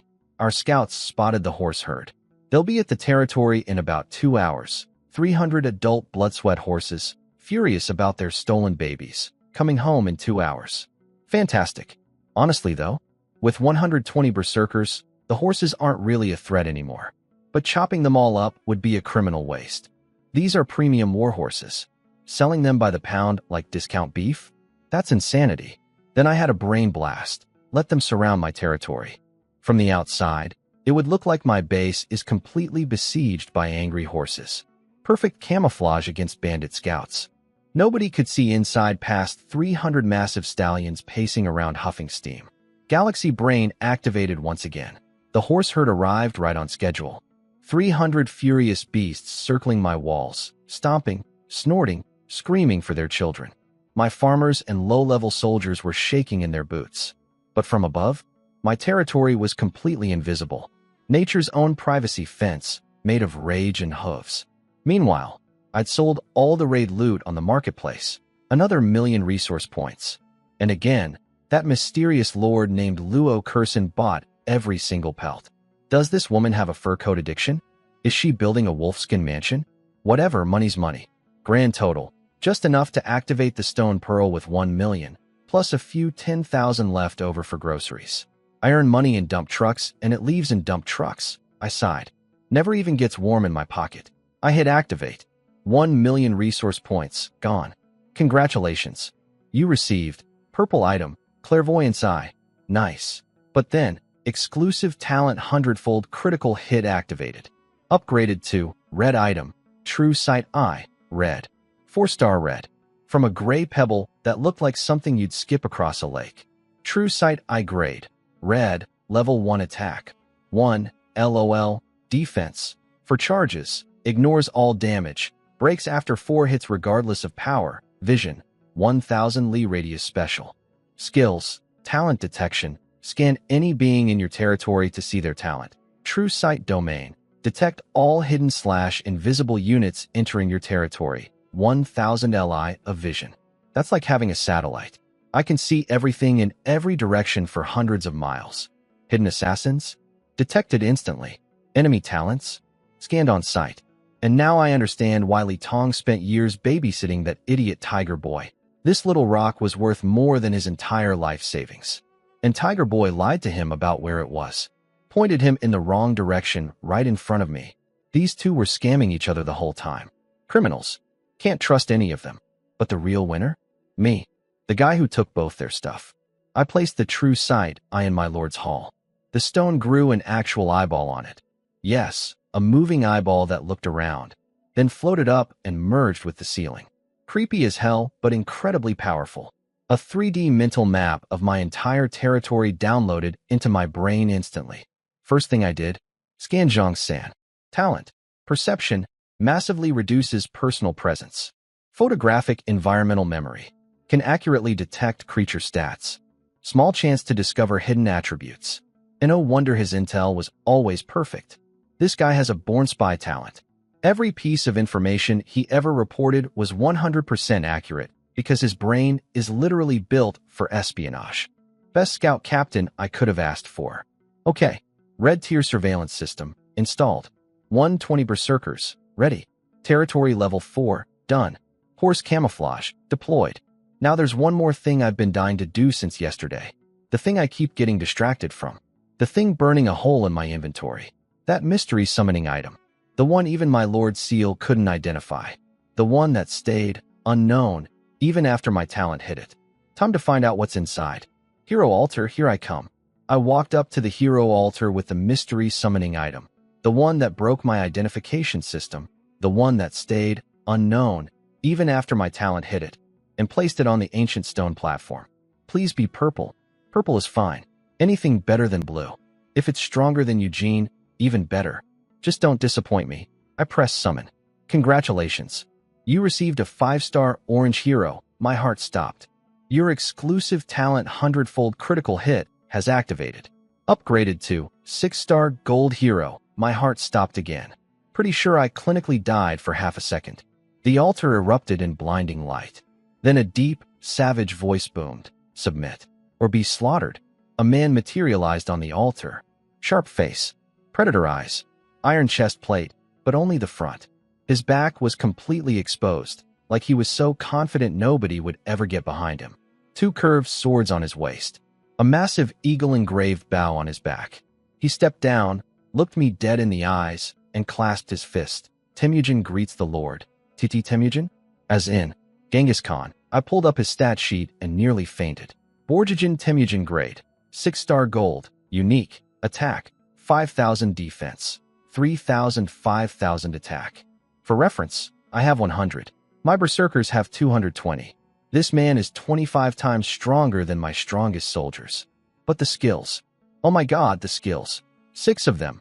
Mongol Iron Cavalry. Every soldier under his command automatically transforms into the highest tier unit. Mongol Heavy Cavalry. As long as Temujin lives, the cavalry keeps replenishing. A walking 6-star troop factory strapped to a human being. Son of Heaven. Divine favor in battle. Lucky breaks. Disasters turn into miracles. He literally has plot armor as a skill. Great unification. Enemies feel overwhelming terror. Chance to surrender mid-battle and join your army. You're fighting me, and suddenly half your troops switch sides. That's not a skill, that's a war crime. Ride the Stormlands. Lightning attribute for all troops. March speed x2. Attack speed x5. His cavalry hits you before you even know they left base. Iron Blood. If Great Unification doesn't trigger, all stats x3. Then he kills everyone. All of them. Skill doesn't end until every enemy is dead. It's literally, submit or I become 3 times stronger and erase you. Oath of the Baljuna River. Full heal for all friendly troops. Morale x3. Attack and defense doubled on top of that. The ultimate, round 2, button. So let me paint the picture. Temujin rides in. Enemies see him. Great Unification triggers. Half of them surrender and join him. The other half tries to fight. Iron Blood activates. His army triples in power and massacres the rest. Afterwards, Baljuna Oath fully heals everyone. Next battle, repeat. If you somehow survive the initial charge, his cavalry moves at 5 times normal attack speed with lightning damage. You can't run. You can't hide. You can't outlast them because they heal to full after every fight. Submit or be slaughtered isn't a catchphrase. It's a policy. I stood there aging 50 years in 10 seconds. My hands were shaking. A 6-star gold hero. The tier nobody in the history of the 9 provinces has ever possessed. 5-star orange is already unicorn rare. 6-star gold is a MYTH. And I got one on my second summon. On day 5, I grabbed Temujin's fist and said with genuine emotion, "General, having you is the greatest fortune of my life." He awkwardly waved me off. Lord is too kind. Even the great Khan gets shy when you fanboy too hard. For a moment I thought about everyone who laughed at me. The dean who dismissed me. Chen Fong who called me garbage. Su Jie who betrayed me. Every single person who looked at critical hit and saw a joke. I almost burst out laughing. A joke? This talent is the most overpowered ability in the entire world, and I'm the only person who knows it. White becomes blue. Blue becomes purple. Purple becomes red. Orange becomes gold. Everything I touch turns into a miracle. You'll never guess what critical hit can do. Okay, enough daydreaming. Back to reality. My territory was hilariously lopsided. Military power through the roof, but politically and agriculturally, I was a disaster. No government buildings. No farming infrastructure. Food came from killing monsters and buying groceries online. I was basically running a military dictatorship that orders takeout for every meal. Temujin's political power was 1,000 and his diplomacy was 500. Time to put the great conqueror to work. Doing paperwork. Hey, even Genghis Khan has to start somewhere. A strong territory needs more than just an army. It needs farms, infrastructure, self-sufficiency. My territory was basically a military base that ordered Uber Eats for every meal. Pathetic. So I did what any reasonable person would do with the greatest conqueror in human history. I made him a farmer. Temujin, I hereby appoint you. Garrison Field Officer. The man who conquered half the known world, who built the largest land empire in history, who made kings tremble at his name, was now supervising rice paddies. He took it like a champ, though. The Lord commands, marched straight to the agricultural district and got to work. System notification. Crop yield increased by 15%. Genghis Khan, history's most overqualified farmhand. But I wasn't going to waste him on carrots forever. I activated the true sight eye and expanded my vision outward. 50 li away, in a mountain valley, I found them. The entire Red Fong fortress army. Assembled. Organized. Thousands of bandits in neat formations. These weren't disorganized thugs anymore. And there was Li Tong, standing next to a massive figure, giving a speech to the troops. Then a unit of cavalry moved out, horses and riders fully covered in chainmail armor, heading straight toward my territory. They couldn't wait. My protection period wasn't even over, and they were already marching. I smiled. That impatient, huh? Fine. I'll just destroy you. Zhang San. SIR. Assemble all troops. Full head count. Now, the horn blew. Minutes later, my entire army stood before me. 120 berserkers, 3-star level 5, 300 scouts, 200 deployed outside, 80 axemen, 50 spearmen, 50 shieldsmen, 10 swordsmen, 10 archers total. 620 soldiers. Time to unleash the nuclear option. Temujin, here. I'm assigning you 80 axemen, 50 spearmen, 50 shieldsmen, 10 swordsmen, and 10 archers. 200 soldiers. They're yours. The instant those 200 troops entered Temujin's command, they transformed. No ritual, no altar, no resources. Just, poof. 200 regular soldiers became 200 Mongol iron cavalry. 6-star troops. Created from nothing, just by being under Genghis Khan's command. Then the notifications started flooding in. Your Mongol cavalry learned. Dogfight tactics. Your Mongol cavalry learned. Spear formation. Your Mongol cavalry learned. Master bowmanship. Your Mongol cavalry learned. Bloodthirst saber. Your Mongol cavalry learned. Ride the Stormlands. Your Mongol cavalry learned. Iron Blood. Achievement unlocked. Mongol cavalry commander. All cavalry skills 2 levels. I was dizzy. 6 skills for the troops alone, all boosted to level 2. Dogfight tactics. Fake a retreat. Enemies chase. Cavalry turns around and showers them with arrows while running. The original kiting strategy. Hit and run until everyone's dead. Spear formation. V-shaped charge that pierces through entire enemy formations. Temujin personally leading adds 1000 attack and a pierce skill that does triple damage to formations. Master bowmanship. Arrow accuracy x5. Each arrow hits with triple force. Every single cavalryman is basically a sniper on horseback. Bloodthirst saber. Enchanted Mongolian curved swords. 5x damage. Enemies bleed continuously. Cavalry heals from the damage. They literally drink your health bar. Plus ride the Stormlands and Iron Blood inherited from Temujin himself. Lightning speed, lightning damage, and the kill everything or don't stop, Berserker mode. Each individual Mongol cavalryman was now equivalent to a blue-grade hero. An entire army where every single soldier fights like a named general. 200 blue-grade heroes, led by a gold-grade legend, with 6 max skills. The bandits have no idea what's coming. But there was one embarrassing problem. Iron cavalry. Emphasis on cavalry. My 200 elite horsemen had no horses, right outside my walls. 300 premium blood sweat war horses, stomping and raging. I had the best riders in history and the best horses in the region, separated by one thin protection barrier and no way to tame the horses. Or so I thought. Temujin stepped forward. Lord, are you troubled by the horse herd? Yeah, I don't have any taming tools or leave them to me. You can handle 300 wild war horses? He looked almost offended. I grew up on horseback. Every soldier you gave me is now Mongol cavalry. They share my instincts with horses. Taming these beasts is as natural as breathing. He glanced at the raging herd outside and added with the faintest hint of a smile. Besides, my cavalry needs good mounts. Genghis Khan, farmer, horse whisperer, and the most terrifying man alive. They're all yours, I grinned. Temujin led all 200 Mongol cavalry to the edge of my territory, looked at the 300 raging warhorses outside, squinted, and jumped onto the back of the biggest, meanest, most special horse in the entire herd. This thing was pure crimson from nose to tail, not a single off-color hair, 12 feet long, 8 feet tall, with eyes that could stare your soul out of your body. The king of the herd. And Genghis Khan just landed on his back like it was a park bench. The horse king went ballistic, bucking, spinning, slamming into everything. No creature that calls itself a king tolerates someone sitting on it uninvited. Following their commander's lead, all 200 Mongol cavalry leaped over the border and jumped onto horses simultaneously. The entire area outside my territory exploded into dust clouds so thick I couldn't see anything from inside. Just thundering hooves, screaming horses, and the sounds of 200 legendary horsemen having a rodeo from hell. Then, silence. The dust settled.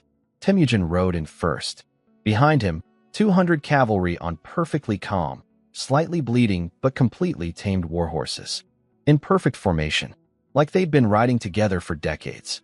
Everyone in my territory, soldiers, farmers, me, just stood there with our mouths open. My brain knew these troops were strong from the stat sheets. But seeing them, that was something else entirely. Every cell in my body screamed one message. This army cannot be defeated. Even Eugene, the guy who served under Cao Cao and saw the greatest armies of the three kingdoms, was staring with wide eyes. He'd never witnessed anything like this. Temujin dismounted 10 steps from me, clasped his fist. All 300 horses tamed, my lord.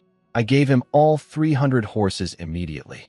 The moment they entered his command, his Mongol cavalry skill activated again and every horse transformed. Coats turned pitch black. Eyes went cold and sharp. Bodies became more muscular, more perfectly proportioned. Saddles appeared on their backs. Saddlebags materialized. Iron horseshoes on every hoof. Light chainmail armor on every head. And on each horse's back, a second longbow. So this is full-form Mongol cavalry, dual longbows. Maximum mobility. Tank-level armor and long-range firepower. Lightning speed charges. Self-healing weapons. If regular Mongol cavalry could crush anything on the continent, these were divine instruments of war that mortals simply cannot fight. I asked Temujin if they needed anything else, fully prepared to dump my remaining tens of thousands of resource points. He thought about it carefully and said, cheese, oats, and beef jerky would significantly boost our endurance and marching range. That's it? The most powerful army in existence, and they want snacks? He saw my shabby territory and got embarrassed. But lord, those are just bonuses. Even without them, Mongol cavalry will crush all enemies. I zoned out mid-sentence. Not because I wasn't listening. I was already on the trading page buying cheese, oats, and beef jerky in bulk. When I came back, I yelled, Zhang San, go to the warehouse. Grab everything the general requested. Watching 200 cavalry pack supplies onto their horses, I felt an overwhelming sense of pride. I built this. From a garbage talent and empty hands. 5 days ago, I was a laughingstock. Now I command an army that could make level 9 lords nervous. Time to use them. I activated the true sight eye. Scanned outward. Found the bandits. Their advance unit, fully armored black cavalry, had stopped 20 li out, hiding. The main army was approaching from a different direction. Classic pincer attack. They thought they were hunting me. Adorable. Why wait for the prey to arrive when I can go to them? My troops were hyped. The Mongol cavalry had just been born and were itching for their first real fight. The berserkers were probably angry they weren't chopping something right now. Morale was through the roof. One thing stood in the way, my newbie protection shield. While it was active, I couldn't attack other lords, bandits, or dungeons, only wild beasts. To go on offense, I had to drop the shield voluntarily. 5 days early, while 30% of all new lords die when their protection ends. And I was choosing to remove mine ahead of schedule. Deactivate newbie protection? All system protection will be permanently removed. Yes. Protection deactivated. Achievement unlocked. Speed demon. 500 reputation. All troops 5 physique. Somewhere in the 9 provinces, the ghosts of lords who died on day 10 because their protection expired were screaming at me. You had 5 more days. 5. Why? Because I have Genghis Khan, 120 berserkers, Eugene, 300 scouts, a red tier all-seeing eye, and absolutely zero chill. I glanced at the achievement, didn't equip it, and pulled up the battle map. The hunters just became the hunted. Let's ride. I pulled up the map and gave Temujin his orders. Northwest exit. Hit the hidden cavalry here. Don't stop. Loop around behind the main bandit army here. Destroy them. Then ride straight to their base camp and kill everyone holding a weapon. Keywords: fast, precise, merciless. Do not stop to pick up loot. Just kill everything. Yes, my lord. Go. Temujin rode out with 200 Mongol cavalry, and I leaned back in my chair, closed my eyes, and started vibing. Eugene stayed behind to guard the base. Can't leave the house empty while the army's out. That's how you get your underwear drawer raided. A few minutes of peaceful silence before I heard shuffling. Bull 2 was standing in front of me, fidgeting like a kid on Christmas morning. Lord, what about us? What do the berserkers do? I blinked. Nothing. His face crumbled. Like I told him Santa wasn't real. Then I smacked my forehead. Oh wait. Actually there is something. His eyes exploded with hope. The berserkers live for war. One day without chopping something, and they get physically itchy. Berserkers forever obey the Lord. Take 20 berserkers and follow Temujin's route. Only 20. His inner voice was screaming. The Mongol cavalry gets the whole army, and the berserkers get 20 guys? And after Temujin destroys the enemy, you pick up all the loot and bring it back. Silence. Actually, make it 100 berserkers. Go clean out their entire base camp too. If you can't carry everything in one trip, make multiple trips. I sent 100 of my most elite killing machines to do warehouse logistics. Glorified moving trucks with abs. Go on then, before someone else takes the loot. But Lord, we could fight. I smiled warmly. This battle is Temujin's debut. Let the Mongol cavalry christen their blades. Tomorrow the first monster wave hits, and you'll have plenty of things to chop. Bull 2 thought about it, accepted the logic, scratched his head with a sheepish grin. Sorry for being pushy, Lord. Thank you. Then he panicked. Wait, the loot, and sprinted out with 100 berserkers like someone yelled, fire sale. I watched them go and shook my head, laughing. These guys aren't just soldiers to me. They have feelings, personalities, dreams, mostly dreams about chopping things, but still, we live and die together. After they left, I tightened security. Scouts within 5 li of the territory, remaining 19 berserkers split into patrol squads around the base. Even with the true sight eye watching everything, I don't leave things to chance. In a world this crazy, even a 0.01% threat gets covered. Eugene stood guard outside my door with his blade. I sat at my desk, closed my eyes, and connected to the true sight eye to watch the show. What I saw next was the most beautiful thing I've ever witnessed. The Mongol cavalry were flying across the terrain. Ride the Stormlands made them so fast, they were practically teleporting. Within minutes they reached the hidden bandit cavalry, 2,000 elite riders in full chainmail, the pride of Red Fong Fortress, the unit that terrorized countless lords. They felt the ground shake. They looked up. They never saw what hit them. 3 volleys of arrows screamed through the air at impossible speed and punched through their chainmail like it was wet paper. 2,000 elite horsemen got pinned to trees and boulders like butterflies in a display case. Dead before they could draw a single weapon. Dead before they even saw the Mongol cavalry.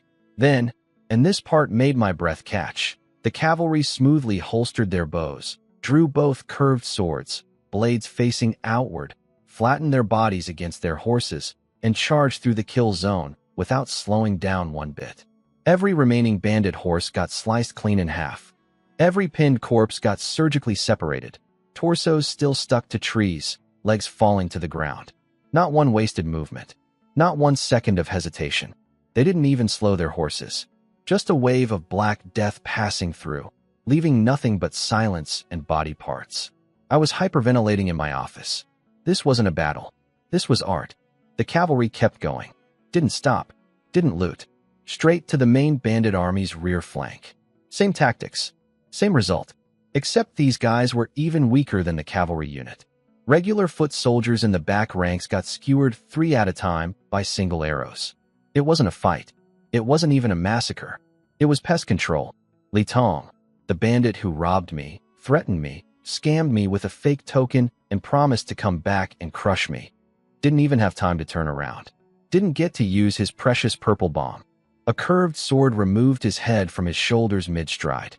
All those years of scheming, saving, plotting, ended by a blade he never saw coming. Only the fortress boss, that massive, broad-shouldered figure, reacted fast enough. He heard the arrows and dove off his horse without hesitation, pulled out a whistle and blew it with everything he had, calling for his elite cavalry reinforcements. Nobody came, because they were already decorating trees 20 miles back. The Mongol cavalry don't accept survivors, especially ones they missed on the first pass. That's an insult to their pride. The last thing the boss of Red Fang Fortress ever saw was a massive black hoof and the sound of wind splitting apart. Bandit problem solved. The fortress boss's head popped like a watermelon under a Mongol horse hoof. His grave? A hoof-shaped mud puddle. Poetic. Temujin pulled the reins to head for the bandit base camp. Mission almost complete. Just needed to. Thwip, thwip, thwip, thwip. Hundreds of arrows exploded from the treeline on both sides. Whoever fired them was good. These weren't amateur shots. But good and Mongol cavalry good are different solar systems. Skill activated, master bowmanship. Arrow met arrow in midair. Every enemy shot deflected. But, and this surprised even Temujin, the Mongol arrows didn't hit anyone either. The attackers dodged. For the first time since being summoned, Temujin was annoyed. Not scared. Annoyed. He'd been delayed by 30 whole seconds, and that was 30 seconds too many. Fire. Arrow rain into the jungle. Screams. Heavy thuds. Bodies dropping. But some survived. Temujin split his forces. 100 stayed back, raining suppressive fire. He led the other 100 charging in with curved swords. Then something interesting happened. 2 Mongol horses reared up, injured by hidden attacks. 2 impossibly powerful arrows screamed toward the stumbling riders. But Temujin, who'd been sitting perfectly still doing nothing this entire time, moved. In the same instant those arrows launched, he drew, fired 2 counter arrows, and charged toward the source. He'd been waiting for this, baiting them into revealing themselves. His arrows hit first, then his sword followed. One flash of the blade, one head rolling on the ground. Brother, a man wrapped in tiger skin screamed from the shadows. His arm had been pierced by Temujin's arrow earlier, and he hadn't made a sound, but seeing his brother's head fly broke him completely. Vice Commander Xie Bao. Hunters in animal skins started pouring out of the forest from every direction. Over 1,000 of them, armed with bows and blades, surrounding the Mongol cavalry with murder in their eyes. I was watching all of this through the true side-eye from my office and nearly fell out of my chair. Xiezhen and Xiebao, the twin-headed snake and the double-tailed scorpion. Stars 34 and 35 of the 36 heavenly spirits from Water Margin. 2 blue-grade heroes. Actual, named warriors from Chinese literature. Working for the bandits this whole time. This explained everything. Red Fang Fortress wasn't just some random bandit camp. They had legendary heroes commanding hunter battalions. No wonder Li Tong and Tiger Boy were carrying millions in resources. The whole operation was backed by serious firepower. If I hadn't summoned Temujin, my 200 berserkers would have been in serious trouble. Berserkers are strong, but without a general leading them, they're just raw muscle. These hunter brothers were born for jungle warfare. Ambushes, traps, guerrilla tactics. They would have turned the forest into a meat grinder. But they picked a fight with Genghis Khan. Poor life choice. Temujin pointed his blood-dripping sword at the tiger-skinned brother, Xiezhen, still clutching his headless sibling's body. Why did you ambush my army? Xiezhen's eyes were locked on the blade still wet with his brother's blood. His voice came out like grinding glass. You slaughtered my master. You decapitated my brother. And now you point your sword at me and ask why. Every word was pure venom. This hatred cannot coexist under the same sky. Fair point, honestly. From his perspective, an unknown cavalry just murdered everyone he served and killed his little brother. I'd be pretty upset too. But he was also very, very dead if he stayed. Xiezhen ripped the arrow out of his own arm, didn't even flinch, grabbed his brother's headless body, and dove into the thick bushes. Classic hunter escape. Temujin whipped his horse to chase, then slammed the brakes. Fired a heavy arrow into the ground ahead. Snap, snap, snap. Massive steel bear traps and hunter snares erupted from the undergrowth. The entire forest floor was rigged with traps. Xiezhen had prepared a kill zone. Smart. Dangerously smart. Temujin surveyed the situation calmly. Activated Great Unification, the fear aura that makes enemies surrender. Some of Xiezhen's weaker-willed hunters popped out of hiding, unable to resist. Temujin used them to locate the trap lines, then ordered 10 cavalry to shoot rope-tied arrows dragging wooden blocks across the ground, triggering every hidden trap in the area. Clean, methodical, zero casualties. But Siejin himself didn't surrender. Too much hatred. His master dead, his brother dead. No fear aura in the world could override that kind of rage. Great unification failed on him, which meant Iron Blood activated. All Mongol cavalry stats tripled. 200 riders lined up shoulder to shoulder, drew their curved swords in unison. Bloodthirst saber, ready. The blades glowed red. This man killed Temujin's time, embarrassed his cavalry on their first mission, made them waste precious minutes on traps and ambushes. The Mongol cavalry don't forgive delays. Siejun, brother, you fought hard, but you picked a fight with the wrong army. Iron Blood, active. All stats tripled. Kill everything. Don't stop until nothing moves. 200 Mongol cavalry lined up, blood-glowing swords raised overhead. War horses snorting white steam. They charged. The hunters' entire strategy was built on terrain.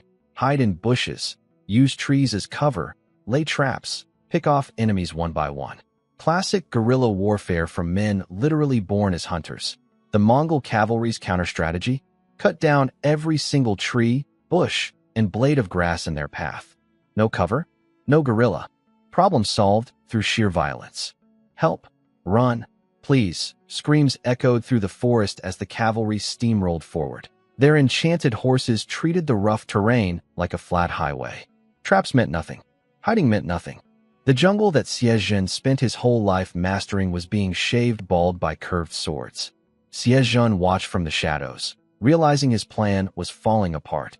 He'd hoped to bleed them dry through attrition, snipe one here, trap one there. But with Temujin commanding, the cavalry moved as one unit.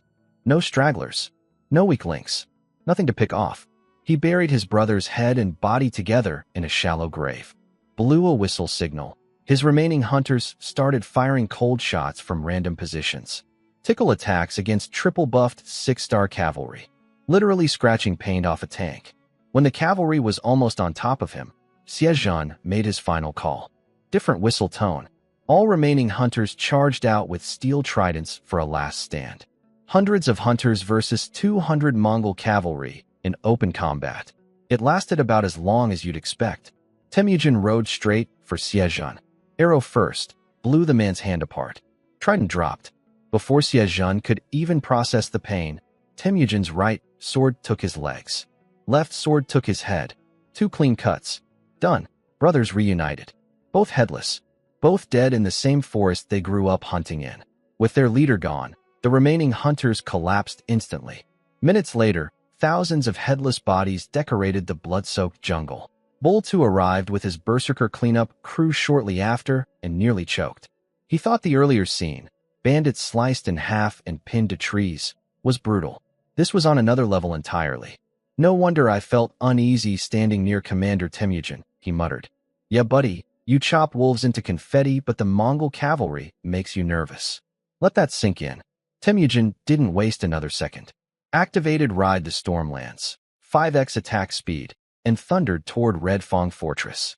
With every elite soldier and commander already dead on the road, the fortress was a hollow shell. The sleepy guard on the watchtower felt an earthquake, looked down, and saw 200 fully armored cavalry staring back at him. Then 2 round objects flew up and landed in his arms. 1. The fortress boss's crushed head. 2. Siejun's head, eyes still bulging. The guard stared into Siejun's dead eyes. His brain blue-screened for a solid 5 seconds. By the time the gate exploded inward, he was screaming, "The boss is dead. Siejun is dead. Run." Ruin. Every bandit and wandering lord inside grabbed whatever they could carry and bolted. The ones who tried to fight? Temujin gave one simple order.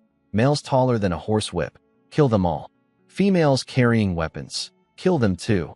The garrison that stayed behind couldn't have beaten a Mongol cavalry horse in a fight, let alone the rider. It was over before it started.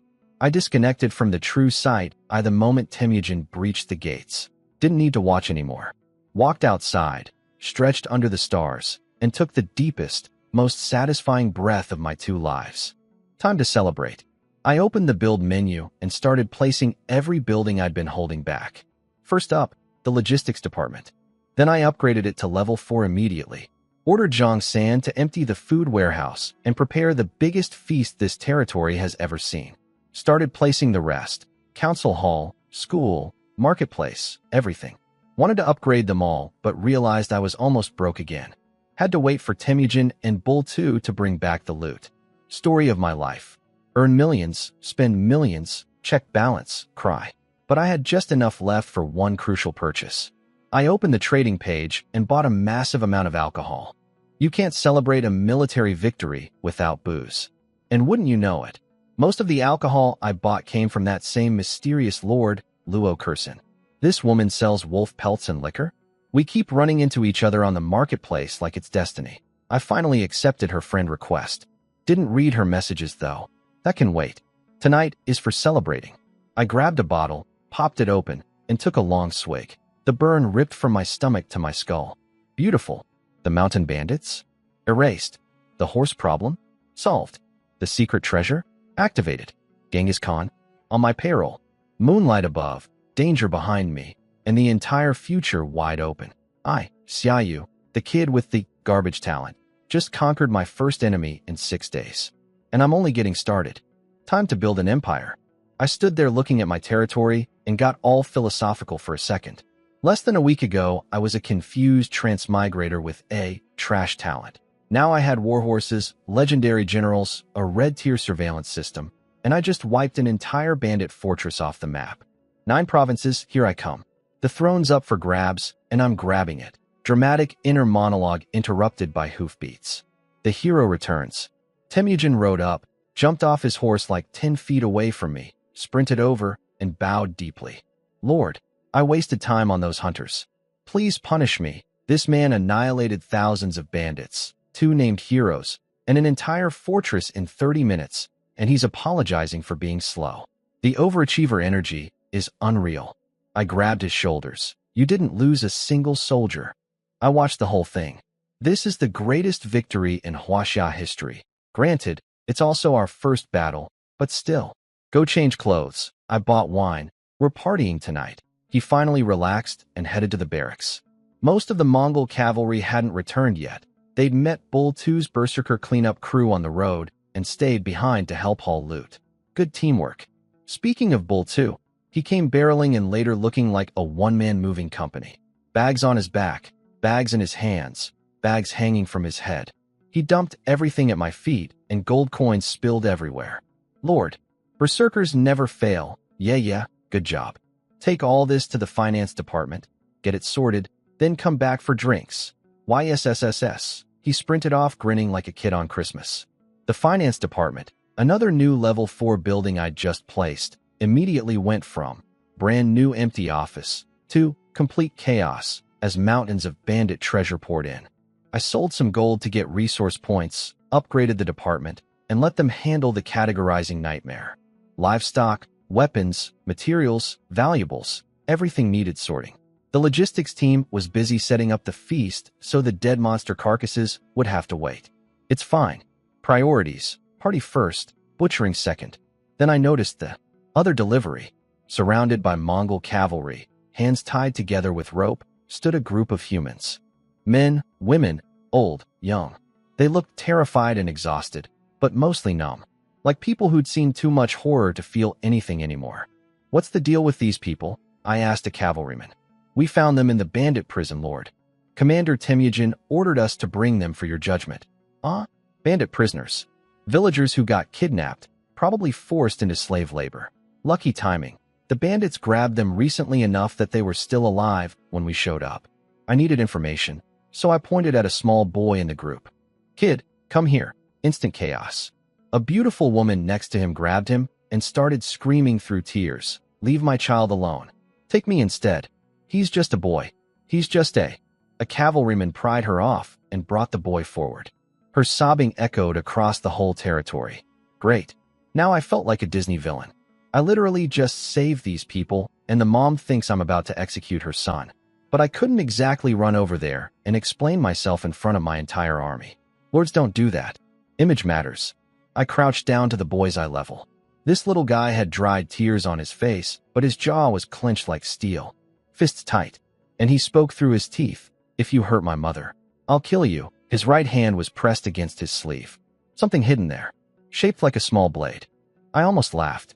"That little knife in your sleeve can't kill anyone, buddy." His tough guy face crumbled instantly. Eyes went wide with panic.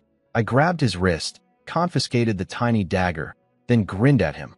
"Now, if you don't answer my questions nicely, I might have to do something bad to your mom." Look, I know that sounds terrible, but I needed honest answers fast, and scared kids don't lie. "Sue me." He told me everything. Bandits raided their village, kidnapped everyone, forced the men into labor. His father fought to protect him and his mother. The bandits killed his father. The little dagger was his dad's last gift. Protect your mother. Standard bandit cruelty. These people were just unlucky villagers caught in the crossfire. I looked at his dagger. Finely crafted. Not a peasant tool. His father was somebody. Then, call it instinct, call it a test. I said something cold. "Right now, only one of you can live. You or your mother." I didn't even finish processing what I'd said before this tiny boy launched himself face first at the dagger in my hand. No hesitation. No crying. No begging. Just instant self-sacrifice. He chose death in a heartbeat so his mom could live. I caught him half an inch from the blade, my palm between his forehead and the steel. I stared at this kid, maybe 7 or 8 years old, ready to die without blinking. "What's your name?" He looked up at me, eyes burning, voice steady. "Pingan. My name is Chin Pingan." I looked at that little face and thought, this kid has more courage than half the lords in the 9 provinces. I looked at this fearless little kid and made a decision. Dug through the pile of bandit loot, found a king's sword, one of the dead lord's starter weapons, and tossed it to him. The sword was taller than he was. He stood there hugging it like a confused teddy bear. "That little butter knife of yours can't kill anyone. This can. Stop sneaking around with hidden daggers. I want you to fight your enemies face to face, sword in hand. Get strong enough, and one day I'll make you the governor of one of my cities, so you can protect your mother properly." The kid's brain completely froze. Before he could reboot, I had a cavalryman yeet him back into the prisoner group. After the feast, throw him in the barracks. Then I walked up to the terrified crowd of villagers and made my speech. "I don't want your lives. I don't want your stuff. Today, Huaxia territory destroyed Red Fong Fortress. Big victory. We're throwing a party. Since you're here, you're invited. Eat, drink, celebrate. Tomorrow there's a monster attack coming. After it's over, you're free to leave. Nobody will stop you. Nobody will hurt you. But if you want to stay, doors are open." The villagers went from dead-eyed zombies to crying messes in about 3 seconds. Their homes were destroyed, their families killed, and suddenly the monsters who kidnapped them are dead, and some random lord is offering them dinner. Look, I'm not doing this purely out of kindness. A territory needs people. After level 3, upgrades don't just cost resources. They need population, infrastructure, balanced development. These are native-born residents, not someone else's cast-off refugees. Premium citizens. Plus, eventually wars involve armies of hundreds of thousands. Can't build all of them in barracks. You need actual population growth. So yeah, rescue them, feed them, be nice, and hope they voluntarily become my citizens. Classic, win hearts and minds, strategy. Works every time. Sent them off to wash up. The men went first, quick rinse. Women got escorted by female officers from logistics. Everyone gets clean before they touch my feast. I ordered the construction department to convert some military camouflage sheds into temporary housing for them. Not luxury, but a roof and walls beats a bandit dungeon any day. Then things got weird. Some Mongol cavalry rolled up carrying a massive iron cage. 20 square meters. Inside, 9 tiny black cats. What heinous crimes did these kittens commit to deserve that cage? I asked, genuinely confused. The cavalryman saluted. "One moment, Lord." He slammed the cage bars and roared. "Show your true form before the Lord." The cats first shot straight up in terror, and then, poof. 9 black cats transformed into 9 human-shaped women with cat ears and cat tails. And they were wearing approximately nothing. Just a few strategic scraps of fabric over the important bits. 9 gorgeous cat girls, trembling and huddled together, looking at me with big, pleading eyes. My nose did something involuntary. What is this situation? Cat demons, Lord. Very low level. Found in the bandit fortress. Scout Commander Zhang San said you would know what to do with them. Zhang San. That little snitch specifically told them I would handle the cat girls personally. I'm going to have words with that man. My brain started a war with itself. A man cannot. Well, a man shouldn't. A man absolutely cannot. At least not right now. I waved my hand aggressively. Turn them back into cats. Send them to logistics. Get them clothes. They work in logistics now. Out of sight, out of mind. Moving on. Moving on. Finally got a moment of peace. Used it to plan my city layout. Placed brick walls around the territory, separated the military district from civilian areas. Modeled everything roughly after ancient Luoyang city map from memory. It looked okay, not great. I'm a warlord, not an architect. Really wish I had blueprints and an actual city planner. I muttered. Whatever, good enough for now. Then feast time. Outdoor banquet under the stars. Main table. Me, Temujin, Zhang San, Bull 2, and all the squad leaders. Below us, hundreds of soldiers, rows of food, rivers of alcohol. I stood up, raised my cup, and addressed the army. Warriors of Huaxia. Today marks our first great victory. It was your bravery that made this possible. Tonight, I reward you with meat, wine, and gold. But remember this. One day, when we conquer cities and crush empires, I will reward you with noble titles and kingdoms. I downed the entire cup in one shot. Every soldier followed. Then the chant erupted. Huaxia, Huaxia, Huaxia. I pressed my hands down, grinning ear to ear. Let the feast begin. I have absolutely zero memory of how I got back to my bedroom. The feast was legendary. Every officer, squad leader, and department head lined up to toast me. Temujin was the final boss of drinking. The man inhaled bowl after bowl of hard liquor like it was water. I kept up for 2 rounds, and then my consciousness left the building. Last thing I remember, the always serious, stone-faced Genghis Khan throwing his head back and laughing. Genuinely laughing. That alone was worth the hangover. Morning. Brain feels like soup. I half opened my eyes, propped myself up, and reached for the nightstand on autopilot. Someone handed me a water cup. I drank it, handed it back, and started to lie down again. Never drinking with Mongolians again. Wait. Who handed me that cup? I live alone. There are guards at the doors. Nobody should be in my bedroom. I snapped awake ready to scream at whatever soldier broke protocol, and 3 cat girls in maid outfits staring at me with terrified doe eyes. All anger, instantly deleted. Why? Are you in my room? Then I looked under the blanket. Completely naked. Which means someone undressed me and bathed me last night while I was blackout drunk. A cat girl whispered. The logistics director said the Lord's residence had no servants. So she sent us to attend to you. My face went through 17 emotions in 3 seconds. Just, give me my clothes. 3 cat girls scurried out and returned with my shirt, pants, and shoes. Then one of them crouched down and started trying to pull my pants onto my legs. What are you doing? Isn't the Lord getting dressed? Listen, I am a young man. It is early morning. My defenses are at their absolute lowest. And a beautiful cat-eared woman is trying to put my pants on for me. I snatched the pants from her hands. I can dress myself. Everyone out. Now, the most powerful weapon against temptation is distance. Deep breaths. Got dressed. Opened the door. 3 cat girls standing in a perfect row, heads bowed, instantly curtsying. I had no idea what to do with this situation. I'm a lord, yes. IDO needs someone handling meals and daily life stuff. But I was expecting, like, a middle-aged butler. Not this. Who undressed and bathed me last night? 3 of our other sisters. And where are the other 6? 2 are preparing your bath.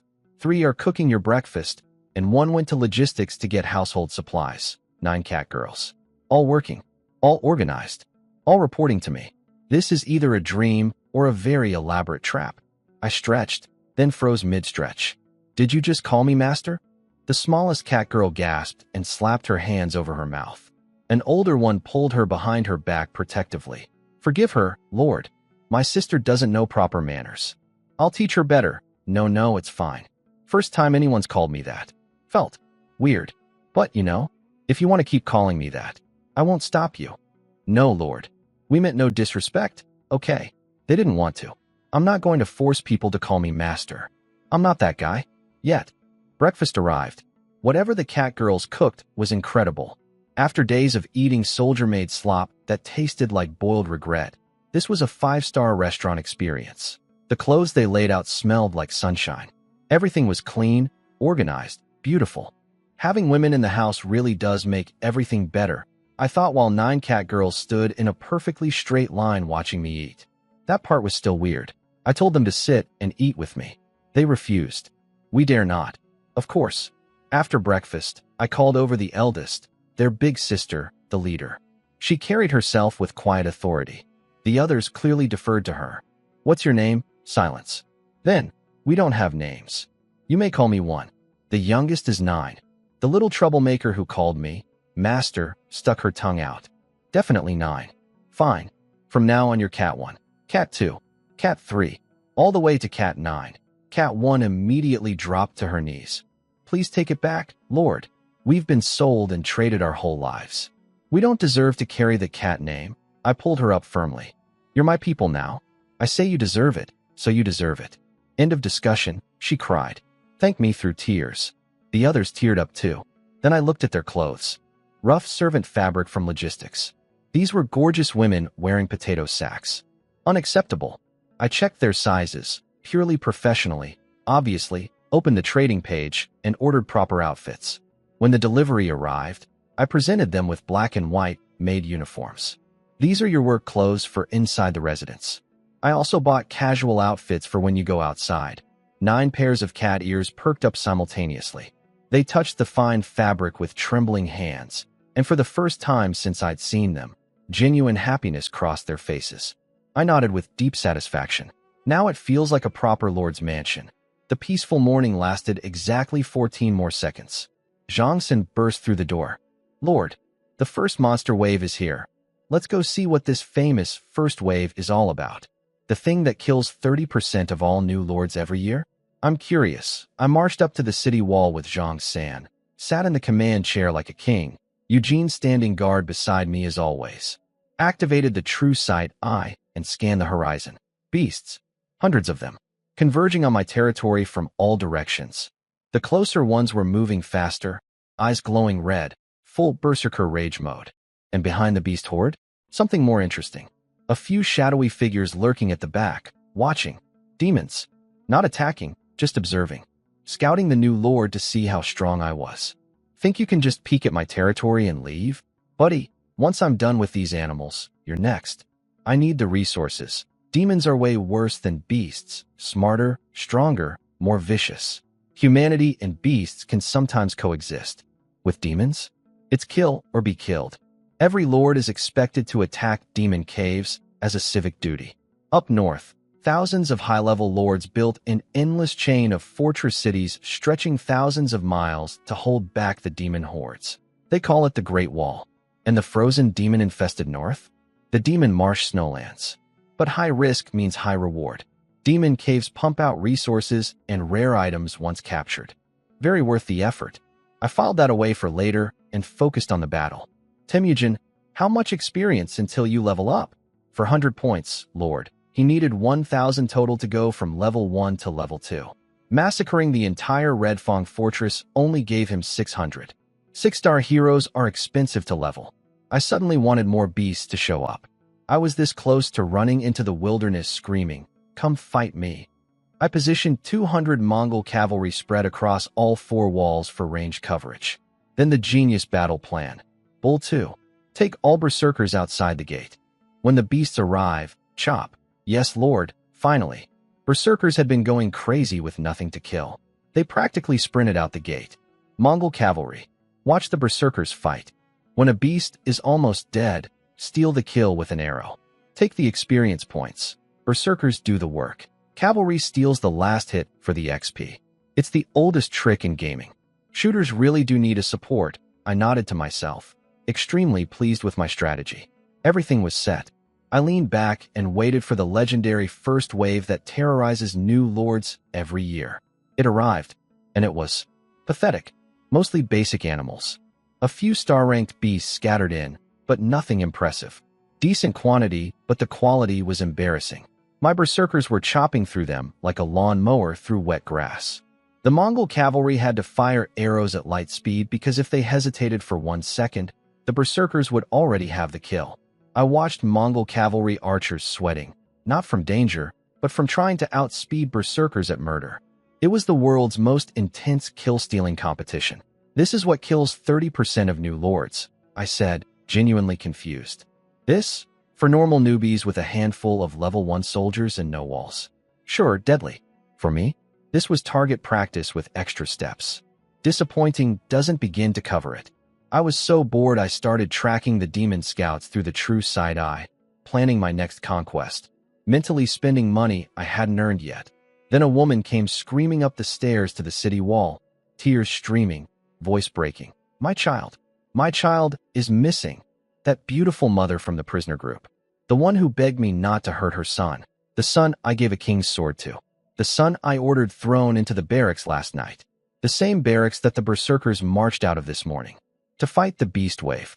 Outside the walls. Oh no. Shin Pingyan, you brave stupid little maniac. Please tell me you didn't. The mother came with half her village behind her. I let them up, but I was not happy. I'm in the middle of a battle, and you're bringing a field trip to my command center? Military discipline matters. Give me a good reason, or everyone goes back to the wilderness. She dropped to her knees instantly and started slamming her forehead into the floor. Lord, I know this is the worst timing. But my son, Shin Pingyan, the boy you gave the sword to, he's gone. Someone saw him sneak out behind the berserkers. He's out there in the beast wave. He's just a child. Please save him. He's all I have left in this world. Please. Her forehead was bleeding from the kowtowing. I had soldiers stop her before she cracked her own skull open. Shin Pingyan went outside. Why? I activated the true sight eye and started scanning. Found him almost immediately, crouched behind a boulder in tall grass, gripping a king's sword that was literally taller than he was.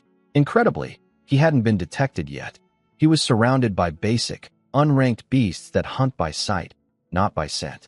Any star-ranked beast would have sniffed him out instantly. Lucky kid. Then I watched something that made my jaw progressively fall further and further open. The kid took a deep breath, popped out of the grass, scanned his surroundings, ducked back in, popped out again.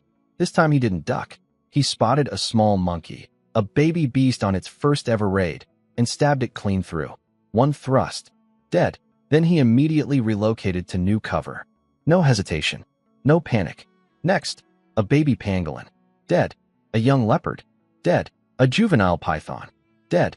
Each kill was clean, precise, and followed by an instant retreat to new cover. This 8-year-old was running guerrilla warfare against a beast horde like a tiny special ops soldier. Yesterday this kid could barely hold a knife, and today he's assassinating wildlife. I assigned a Mongol cavalry archer to shadow him. Shoot to save if things got deadly, otherwise don't interfere. I wanted to see how far this kid could go. He started targeting adult beasts. A full-grown mountain cat with razor claws, stabbed through the heart. Dead. Beautiful, I shouted internally. Then, because apparently this child has zero concept of limits, he walked toward a full-grown tiger. The assigned cavalryman drew his bow. No way a child kills a tiger. Pingyan struck first. Aimed for the soft belly. But the tiger twisted, and the sword only went in half an inch on the hip. Bad position. The cavalry archer's fingers tightened on the string. Pingyan pulled the sword out, slashed at the neck. Tiger dodged, lunged with jaws wide open. Pingyan rolled sideways. They went back and forth for dozens of rounds. A tiny blood-soaked boy versus a full-grown predator. I was about to order the archer to end it when I noticed something. Pingyan wasn't fighting randomly. Every exchange was pushing the tiger toward the boulder. Slowly, deliberately, round by round. The instant the tiger's back was against the rock, Pingyan launched himself onto the boulder, raised the sword above his head with both hands, and screamed. Slash. He brought the blade down with his full body weight behind it. The sword buried itself in the tiger's neck. Tiger dead. Yes, I shouted out loud. Couldn't help it. The whole command staff turned to stare at me. By the time Pingyan killed the tiger, the beast wave was basically over. Berserkers and cavalry had cleaned house. I sent a rider to scoop the boy up and bring him back. His mother was sobbing and squeezing him so hard I thought she'd break his ribs. But the kid was standing there holding a bloody sword, scratching his head, looking embarrassed. Didn't you say yesterday you could barely hold the sword? What happened? Commander Temujin taught me 2 sword moves this morning, and you just went into a beast horde. He said if you want to get strong, Start by getting brave. The beast wave seemed like good practice. Plus, I could protect the territory. This child learned 2 sword techniques 6 hours ago and used them to solo a tiger. Obviously, I scanned him with the true side-eye the second he was back inside. Name, Chun Pingin class. None level. Common level 1 talent. Sword seed. Comprehension of swordsmanship far exceeds normal humans. Sword training progress is exponentially accelerated. Physical enhancement during training is 10x normal speed. Skills, sword arts, form 2, thrust, slash, sword. Seed. A once-in-a-generation prodigy talent specifically designed for sword mastery.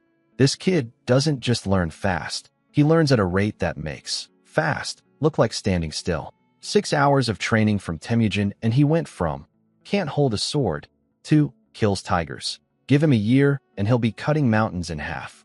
When he grows up and I give him a military position, he could train an entire army of elite swordsmen. A flying sword corps?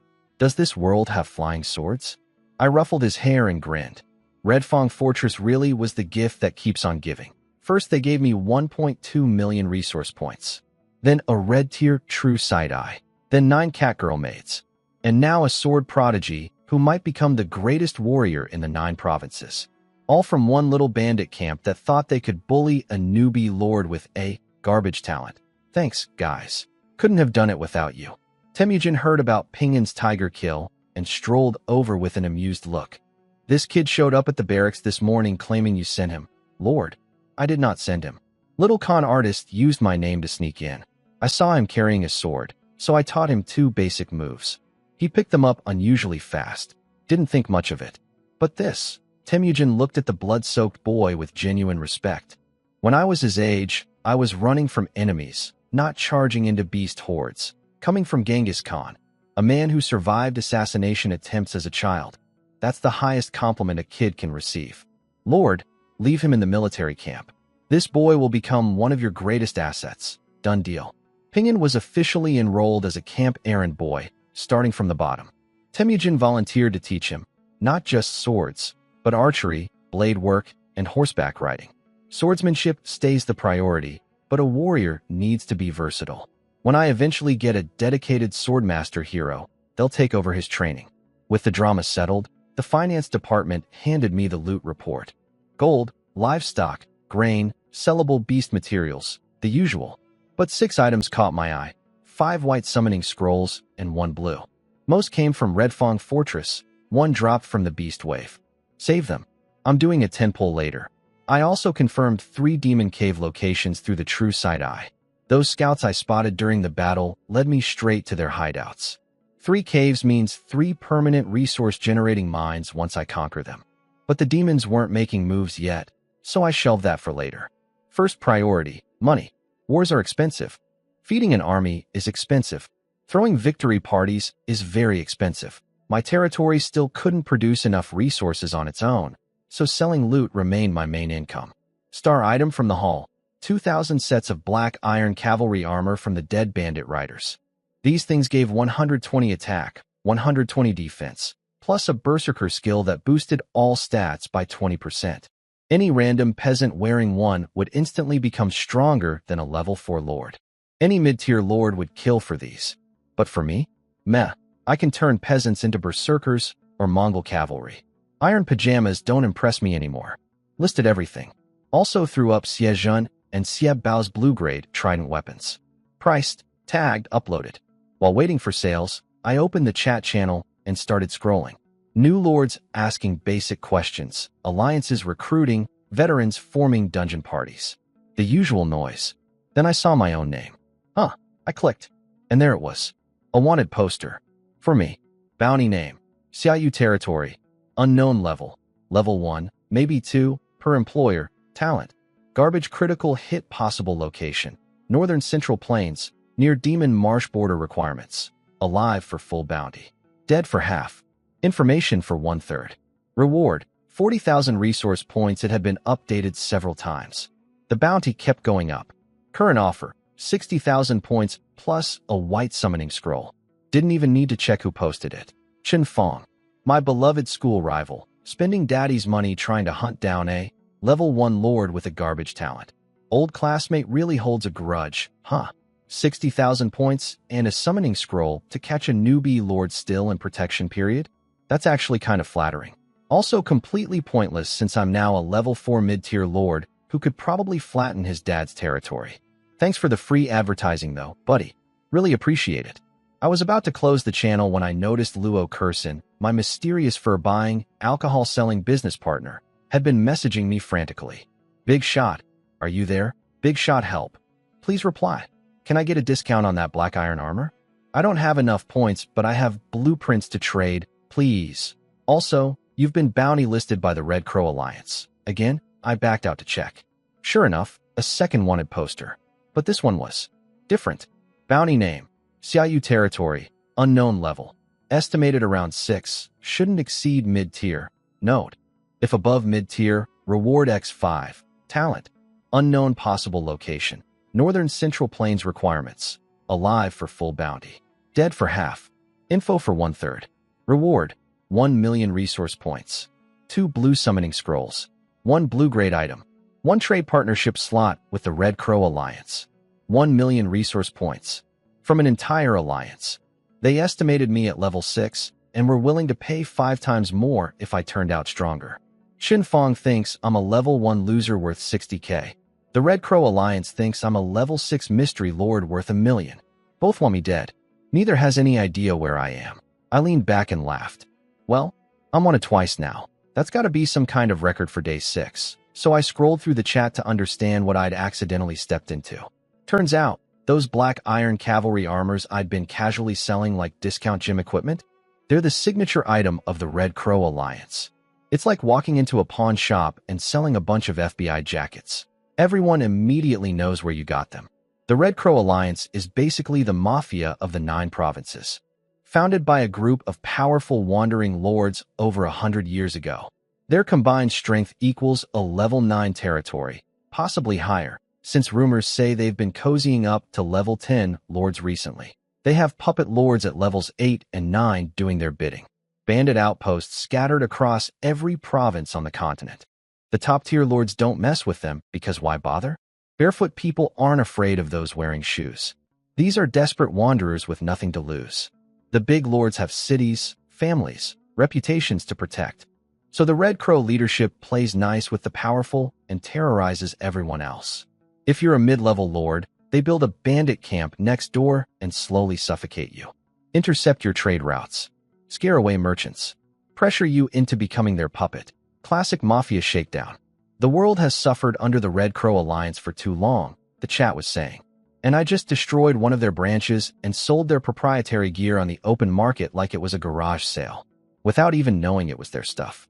The chat was going crazy. This Xiaoyu actually dared sell Red Crow gear? Legend. He wiped out a whole Red Crow outpost? I'm kneeling. Finally someone stands up to those parasites. Bro, turn on anonymous before you say that. Good point. Those wandering lord scum deserve to. Buddy, you forgot to turn on anonymous too. Oh no. Now, the situation wasn't great for me. I'm a secret level 4 lord who just poked a level 9 bear. If they find my coordinates, no amount of Genghis Khan could stop their full army at my current stage. Temujin only has 200 cavalry at level 1. My logistics can't support a real war yet. But, and this is the crucial part, they have no idea where I am. Wandering lords can't use lord seals for tracking. Their outposts move constantly. My wanted poster just says, Xiaoyu, somewhere in northern Central Plains. That's like searching for a specific grain of sand on a beach. And nobody could possibly connect my 3 identities. Identity 1, Huaxiao territory, the mysterious lord who unlocked the pioneer achievement and caught a level 9 lord's attention. Identity 2, the newbie with a garbage talent that Chun Fong put a pathetic 60k bounty on. Identity 3, the estimated level 6 lord who wiped out Red Fong Fortress and got a 1,000,000-point bounty from the Red Crow Alliance. 3 completely different power levels. 3 different profiles. Same guy. Nobody would ever connect them. So what did I do? Panic? Hide? Grovel? I listed more Red Crow items on the marketplace. The chat erupted. He's selling more?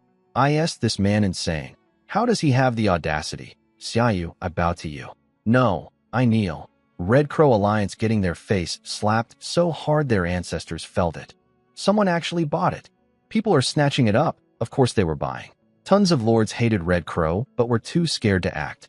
Now someone was publicly humiliating the alliance and selling their stolen gear at market prices. People were buying just to make a statement. I leaned back, corners of my mouth curling up. Temujin said, to get strong, first get brave, and right now, I'm in the shadows while they're in the light. They don't know my face, my territory, my level, or my talent. They think they're hunting a level 6 lord. They have no idea they're looking for a level 4 territory containing a 6-star gold hero, 200 Mongol cavalry, 120 berserkers, a red-tier all-seeing eye, and a talent that breaks reality. You want to hunt me? Get in line. Chunfang's been trying since day one, and he can't even find the right continent.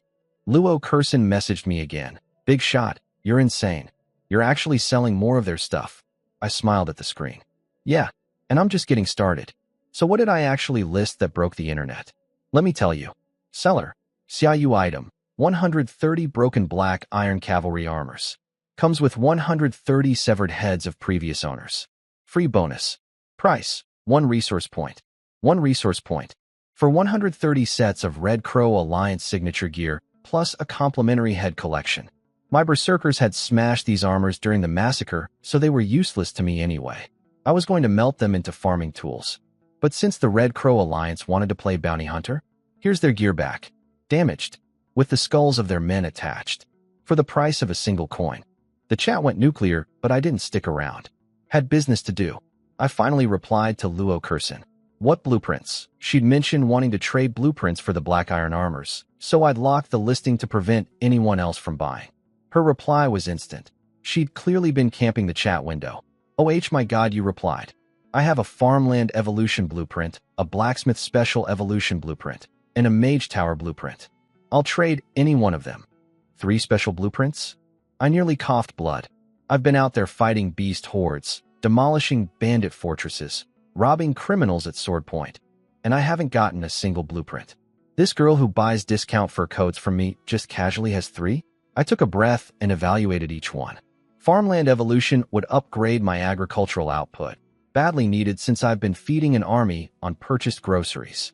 The blacksmith special evolution could give my smithy unique weapon crafting abilities, huge for military and commercial value. The mage tower was a special defensive building that blasts enemies with magic during sieges. Cool, but unnecessary since nobody can get close enough to attack me with the true sight eye watching everything within 1,000 li. What grade is the farmland blueprint? Medium grade. Medium was perfect for my current level. My farms were rock bottom quality, 12th grade out of 15. This could bump them up significantly, but I also really wanted that blacksmith blueprint. Special weapons with unique effects? Sell them for profit? Equip my army? The possibilities were endless. Only problem, it was unattributed, basically a loot box. Could evolve the blacksmith into something amazing, or something that makes weapons that drink your blood instead of the enemy's. Yes, that's happened. People have gotten cursed smithies that forge self-harming weapons. Then you have to buy purification scrolls to fix it. Total money pit. But the upside? If you roll well, it's incredible. How much for the blacksmith blueprint? 200,000 resource points. Market price was around 400k. She cut it in half. Smart girl. She was investing in our relationship. Building goodwill with a lord she perceived as powerful. Classic long-term business strategy. I respected the hustle. Deal done. Armors for the farmland blueprint through a private channel, so Red Crow couldn't trace her. Plus 200k for the blacksmith blueprint. From now on, you get first pick on anything I sell, I told her. Really? Thank you, big shot. Fair trade. She gave me a discount. I give her priority access. Business relationships need to be mutual. Now here's the thing I didn't know at the time, and if I had, my jaw would have hit the floor. This little girl calling me big shot and buying my discount wolf pelts? She was also a level 4 lord. Same as me. But while my territory was a military juggernaut with caveman-level economics, her territory was the opposite. Almost every single building had been evolved and upgraded with special blueprints. Her infrastructure was insanely advanced. Financially, no mid-tier lord could touch her. But her army? Pathetic. Barely any soldiers. The few she had were weak and undersized compared to normal troops of the same level. That's why she desperately needed 1,770 sets of black iron armor. It was the fastest way to give her non-existent military some actual teeth. So somewhere in the frozen north, near the Demon Marsh snowlands, a beautiful girl in a white wolf king fur coat was staring at a mountain of black armor, smiling for the first time in a long time. I finally have a real army. We were mirror images. I had all the swords and no economy. She had all the money and no swords. The universe really does have a sense of humor. Total loot from the entire Red Fong Fortress campaign. About 2 million resource points plus the farmland blueprint. The big-ticket items were the Sieb brothers' blue-grade tridents at 500k combined. Everything else was bits and pieces. Funny thing, Li Tong alone gave me 1.2 million through pure extortion. That's more than half of what his entire fortress was worth. The man spent his whole life saving, scheming, backstabbing, all to restore his lord's seal and rebuild his empire. Then he met me on day one, and I cleaned him out in 15 minutes.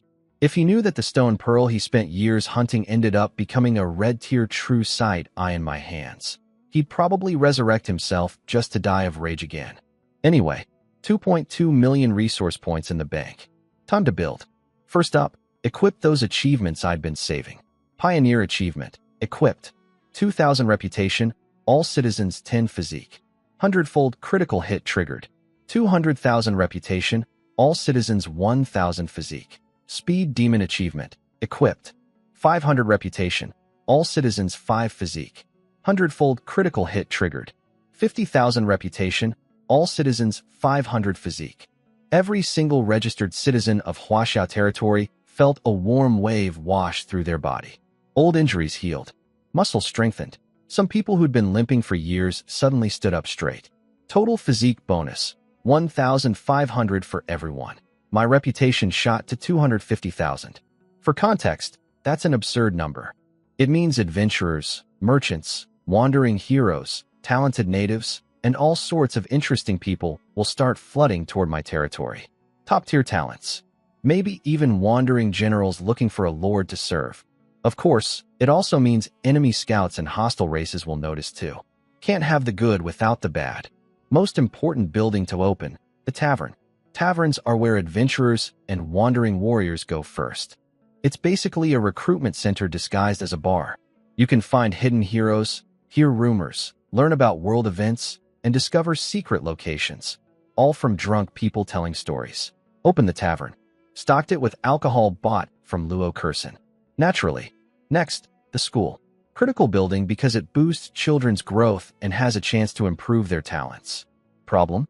I don't have a single teacher on staff. Had to grab a school teacher from the rescued villagers. Not ideal, but better than nothing. And speaking of those villagers, they turned out to be an incredible find. Since they all came from the same village, they already had a functioning social structure. Teachers, folk doctors, hunters, merchants, a complete ecosystem. Every building I opened had someone from this group to staff it. Quality wasn't amazing, but at least nothing sat empty.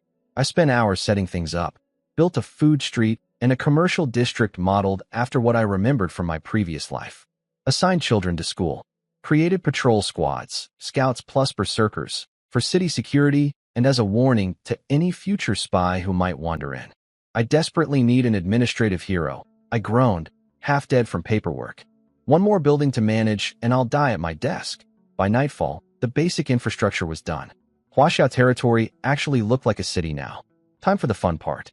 I walked to the agricultural district and pulled out the farmland evolution blueprint. Green light washed over the fields. Farmland upgraded from grade 12 to grade 10. 100-fold critical hit activated. Farmland evolved from grade 12 to grade 8. Crop yield increased by 40%.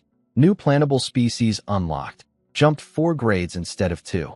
Grade 8 is high-tier farmland that normally requires a level 7 territory. I'm level 4. Every field I plant from now on produces 40% more with access to special crops. When I scale up to massive farms later, that 40% multiplier will be enormous. Not bad at all. Now the real gamble. I walked to the blacksmith shop, heart pounding, and pulled out the unattributed special evolution blueprint. This thing was a coin flip between, your weapons now have magical powers, and your forge now makes swords that stab their owners. People have literally had their smithies produce cursed weapons that drink the user's blood. Then you have to buy expensive purification scrolls to undo the disaster. I paid 200K for this blind box. Either I'm a genius or I'm bankrupt. Please, I spent real money on you. Give me something good. Deep breath. Blueprint out. Here goes nothing. Your blacksmith evolved into dwarf blacksmith. Nice. But wait, 100-fold critical hit activated. Your blacksmith evolved into Halua blacksmith. The entire smithy transformed in a flash of red light. The plain building reshaped into a squat, thick fortress covered in glowing runes. The roof lowered, the walls thickened, and out walked 12 stocky figures. Maximum height about 4 feet, absolutely jacked with muscle, magnificent beards, and iron hammers that looked heavier than they were. Greetings, Lord Halua, the legendary master craftsman from the distant southwest, born with hammers in their hands. Nobody in the entire 9 provinces knows forging better than these guys. I pulled up their interface and my eyes nearly popped out. Halua blacksmith shop level. For staff, 12 Halua craftsman special abilities. Forge higher quality items than normal. Can enchant crafted weapons. Chance to research new item blueprints. 20,000 resource points. I paid 200K for the blueprint and got back a building worth millions. Higher quality items means same materials, better output.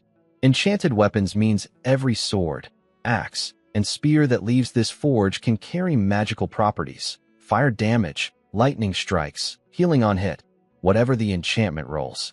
A soldier with an enchanted weapon basically gets a free extra skill.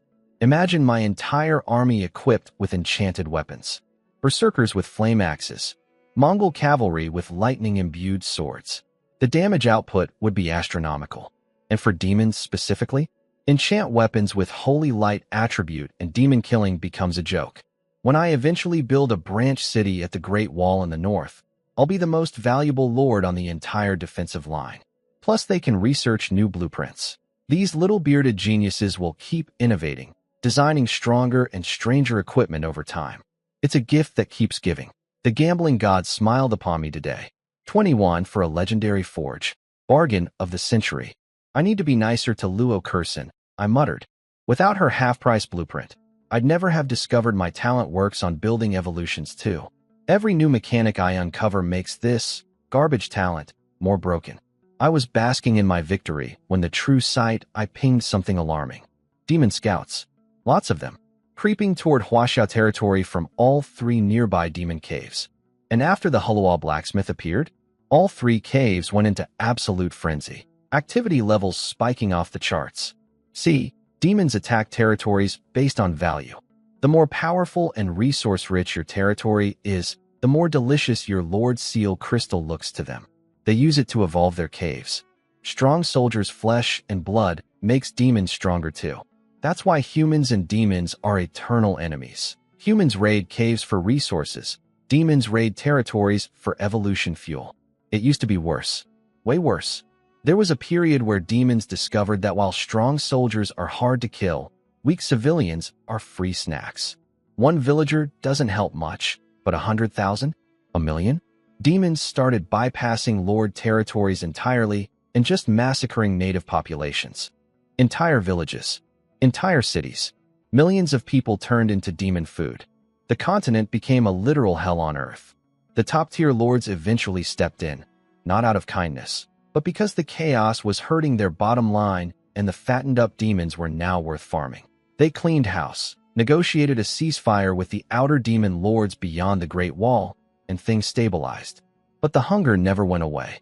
And right now, my territory was lighting up on every demon radar within 1,000 Li gold tier hero, 6-star troops, Halua Forge, evolved farmland, massive reputation. To a demon, Huaxia territory was an all-you-can-eat buffet with a neon sign. All 3 caves deployed maximum scouts. They couldn't resist. Temujin spoke up in the war room. Shall I eliminate the scouts, Lord? I leaned back with a confident smile and waved him off. No, let them look. Let them see everything. This is the last time they'll get the chance. I'd been tracking their scouts for days. Every movement, every patrol route, every cave entrance, mapped through the true sight eye. I knew their exact troop counts, their guard rotations, their weak points. 3 demon caves, 3 future resource mines, all within my surveillance range. All about to learn a very expensive lesson about who they're trying to eat. You came to my doorstep? Fine. But you better be ready to pay with your lives. Tighten security overnight. Can't have demon scouts sneaking in and snacking on my civilians. Next morning, I had the berserkers catch a few demon scouts alive. Time for a science experiment. They brought me a purple-skinned rat creature in armor, standing upright like a person, reeking of pure evil, razor teeth, glowing red eyes. Even captured and terrified, this thing looked at my elite soldiers and started drooling. You're literally a prisoner, and you're thinking about eating my guys? Bold move. I sliced half its face off. Squeak. But here's the creepy part. No blood. Black smoke oozed from the wound, and it started healing. The face grew back. So I cut it again. Healed. Cut again. Healed. Cut again. After about 10 cuts, the healing slowed to a crawl. The black smoke could barely keep up. When it finally gave up, I took the whole head off. The body kept moving. Headless, thrashing around like a broken robot. Temujin hit it with a skill attack. One flash of his blood-enchanted blade. Instant death. The black smoke didn't even try to heal the wound. It was afraid of the enchanted weapon. Interesting. Regular attacks barely scratch demons. Only enchanted weapons and skill-based attacks can truly kill them. Good thing I literally just got a forge that enchants everything it makes. I pulled out a hollow-crafted ice-enchanted dagger and stabbed the remaining demon prisoners. 1 hit, 1 kill, every time. Beautiful. Science experiment, complete. Findings. Enchanted weapons are demon kryptonite. Temujin. Bull 2. Take your armies. 2-pronged assault. Surround all 3 demon caves. Go. Yes, Lord. They split up. The Mongol cavalry, being faster, reached the first cave ahead of everyone else. The demon leader, a purple rat boss, barely had time to process his scout's panicked warning before a curved sword removed his ability to process anything ever again. Vermin dare spy on Huaxia? Then die. I was back in my office eating grapes that Cat 9 was handing me, watching the whole thing through the true sight. I like it was premium streaming content. Best show I've ever watched. First cave, obliterated. Temujin left a 20-man guard squad and moved on. For the second cave, I'd ordered them to intentionally let the scouts escape and report back. I wanted to see how demons fight when they're prepared. You know, for educational purposes. Temujin arrived, surrounded the cave, and waited for the berserkers. Bull 2 showed up covered in black smoke instead of blood this time. Demon residue from smaller kills on the way. Sorry for the wait, Commander. No problem. Begin. Bull 2 gave the signal. Every berserker's muscles inflated. They threw their heads back and roared, then charged in with twin axes swinging. The Mongol cavalry formed a perimeter ring, shooting anything that tried to escape. The fully prepared demons lasted about as long as you'd expect against 6-star cavalry and unlimited berserkers. 3 notification chimes in rapid succession. Your Mongol cavalry conquered a demon cave. Your berserkers conquered a demon cave. Your combined forces conquered a demon cave. Mongol cavalry promoted to level 2. Berserkers promoted to level 3. All 3 caves conquered. The construction team moved in immediately, converting each cave into a resource-producing mine for Huaxia territory. Cave 1, 20,000 resource points per day. Cave 2, 30,000 resource points per day. Cave 3, 50,000 resource points per day. That's 100,000 resource points daily. Passive income. While I sleep. Every single day. Temujin marched back with 3 demon lord heads to add to my growing skull collection. The trophy wall was getting pretty impressive. Bandit boss, hunter brothers, 3 demon lords. Interior decorating with extra steps. I rummaged through the cave loot. Mostly basic stuff. These were low-tier caves. But cave number 3 dropped something special. 2 summoning scrolls instead of 1, including a blue. Combined with everything I'd been hoarding. 8 white summon scrolls. 2 blue summon scrolls. 10 total. I stared at my inventory with the giddiest grin of my entire 2 lives. Finally, I have enough for a 10 pull. No gacha player's life is complete without a 10 pull. This is the moment. The big moment. 10 summons at once. Talent multiplier ready. Level 4 territory boosting the odds. Whatever comes out of that altar next is going to change everything. Let's go. 10 summoning scrolls on the altar. The moment I've been waiting for. I closed my eyes and began my sacred prayer. Gotcha gods, hear me. Lucky streak, activate. Unlucky spirits, begone. Big money, no whammies. I hereby sacrifice 30 years of Chun Fong's lifespan for one perfect 10 pull. Summon. The notifications started rolling. White Hero, Duan Jingzhu. White Hero, Bai Shang. White Hero, Wang Dinglu. White Hero, Zhang Qing. White Hero, Shi Yong. White Hero, Li Yun. White Hero, Sun Xin. White Hero, Jiao Ting. White Hero, White. White. White. White. White. White. White. White. 8 whites in a row. My talent triggered once out of 10 pulls. One time, the so-called 100-fold critical hit decided to take a coffee break during my most important summoning session. Critical hit activated. Blue Hero, Shi Qian. Blue Hero, Li Kuei, 2 blues. 8 whites. That's it. That's the 10 pull. I stared at the roster and wanted to vomit blood. Then it hit me, my prayer. I offered 30 years of Chun Fong's lifespan. But Chun Fong probably doesn't have 30 years left with how many enemies he's making. I basically paid with a bounce check. The gotcha god saw through my fraud and punished me accordingly. Note to self. Next time, offer something real. I opened each hero's stat page hoping for hidden gems among the whites. Nope. Garbage. Absolute bottom-of-the-barrel water margin characters. The kind of guys who show up in Chapter 80 and die in Chapter 82. But, and this is the beauty of being a lord, even trash heroes are still heroes. They have skills. They have roles. Time for creative waste management. Wang Dinglu. In his original story, he ran a tavern. Skill set, tavern-related. Perfect. You're the bartender now. Go manage the pub. The real surprise was Li Kuei, the Black Whirlwind himself. His skills made me actually excited. Black Whirlwind. AoE attack that hits everything, enemies and allies. 300% damage against light armored targets. Highway robbery. Increased chance of detecting passing merchant caravans. This man is a walking war crime. His main attack doesn't distinguish between friend and foe. Put him in charge of a real army, and he'd kill half his own soldiers mid-battle. He's unusable in conventional warfare. But for banditry, he's perfect. An idea exploded in my brain so hard I slapped my own thigh. If the Red Crow Alliance can rob people, why can't I? Li Kuei and these water margin outlaws are literally designed for highway robbery. Their skills synergize around ambushing, intercepting caravans, and causing chaos. Putting them in a regular army would be stupid. Putting them in a bandit camp? Chef's kiss. Red Fong Fortress was still standing. I looted it clean, but never burned it down. Send Li Kuei and the 7 other throwaway heroes there with some soldiers, slap a new sign on the gate, and boom, Water Margin Mountain, open for business. A bandit outpost under MY control, blocking the approach to my territory. Later, when I hit level 5 and can build branch cities, I'll put a military fortress on the other side. Bandit camp in front, army base behind, Huaxia territory safe in the middle. Perfect defensive formation.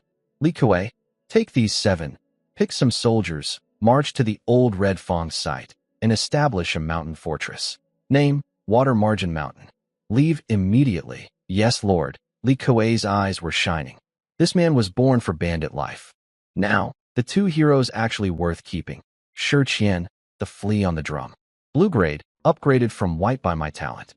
Skills, wall climbing infiltration and shrinking his body for enhanced thievery. A literal spy/thief hybrid. He can sneak into enemy territories, steal intelligence and valuables, then vanish. Not strong enough for late-game combat, but absolutely perfect for building an intelligence agency right now. Shi Qian, you're founding the Intelligence Bureau. Recruit agents. Spy on every territory, organization, and demon cave you can reach. Yes, Lord. He grinned like a man who'd found his calling. So the final tally from my 10 pull: 1 tavern manager, 1 spy chief, 1 bandit king, and 7 bandit minions. Not the legendary haul I dreamed of, but honestly, every single hero found a role. No waste. The intelligence network alone could be worth more than a purple hero in the long run. Huaxia territory now has a legendary forge, evolved farmland, 3 demon mines generating 100k daily, a bandit outpost for highway revenue, a spy network, a tavern attracting wandering talent, and schools training the next generation. Not bad for a kid with a garbage talent, who arrived in this world 8 days ago with nothing but underwear and a dream.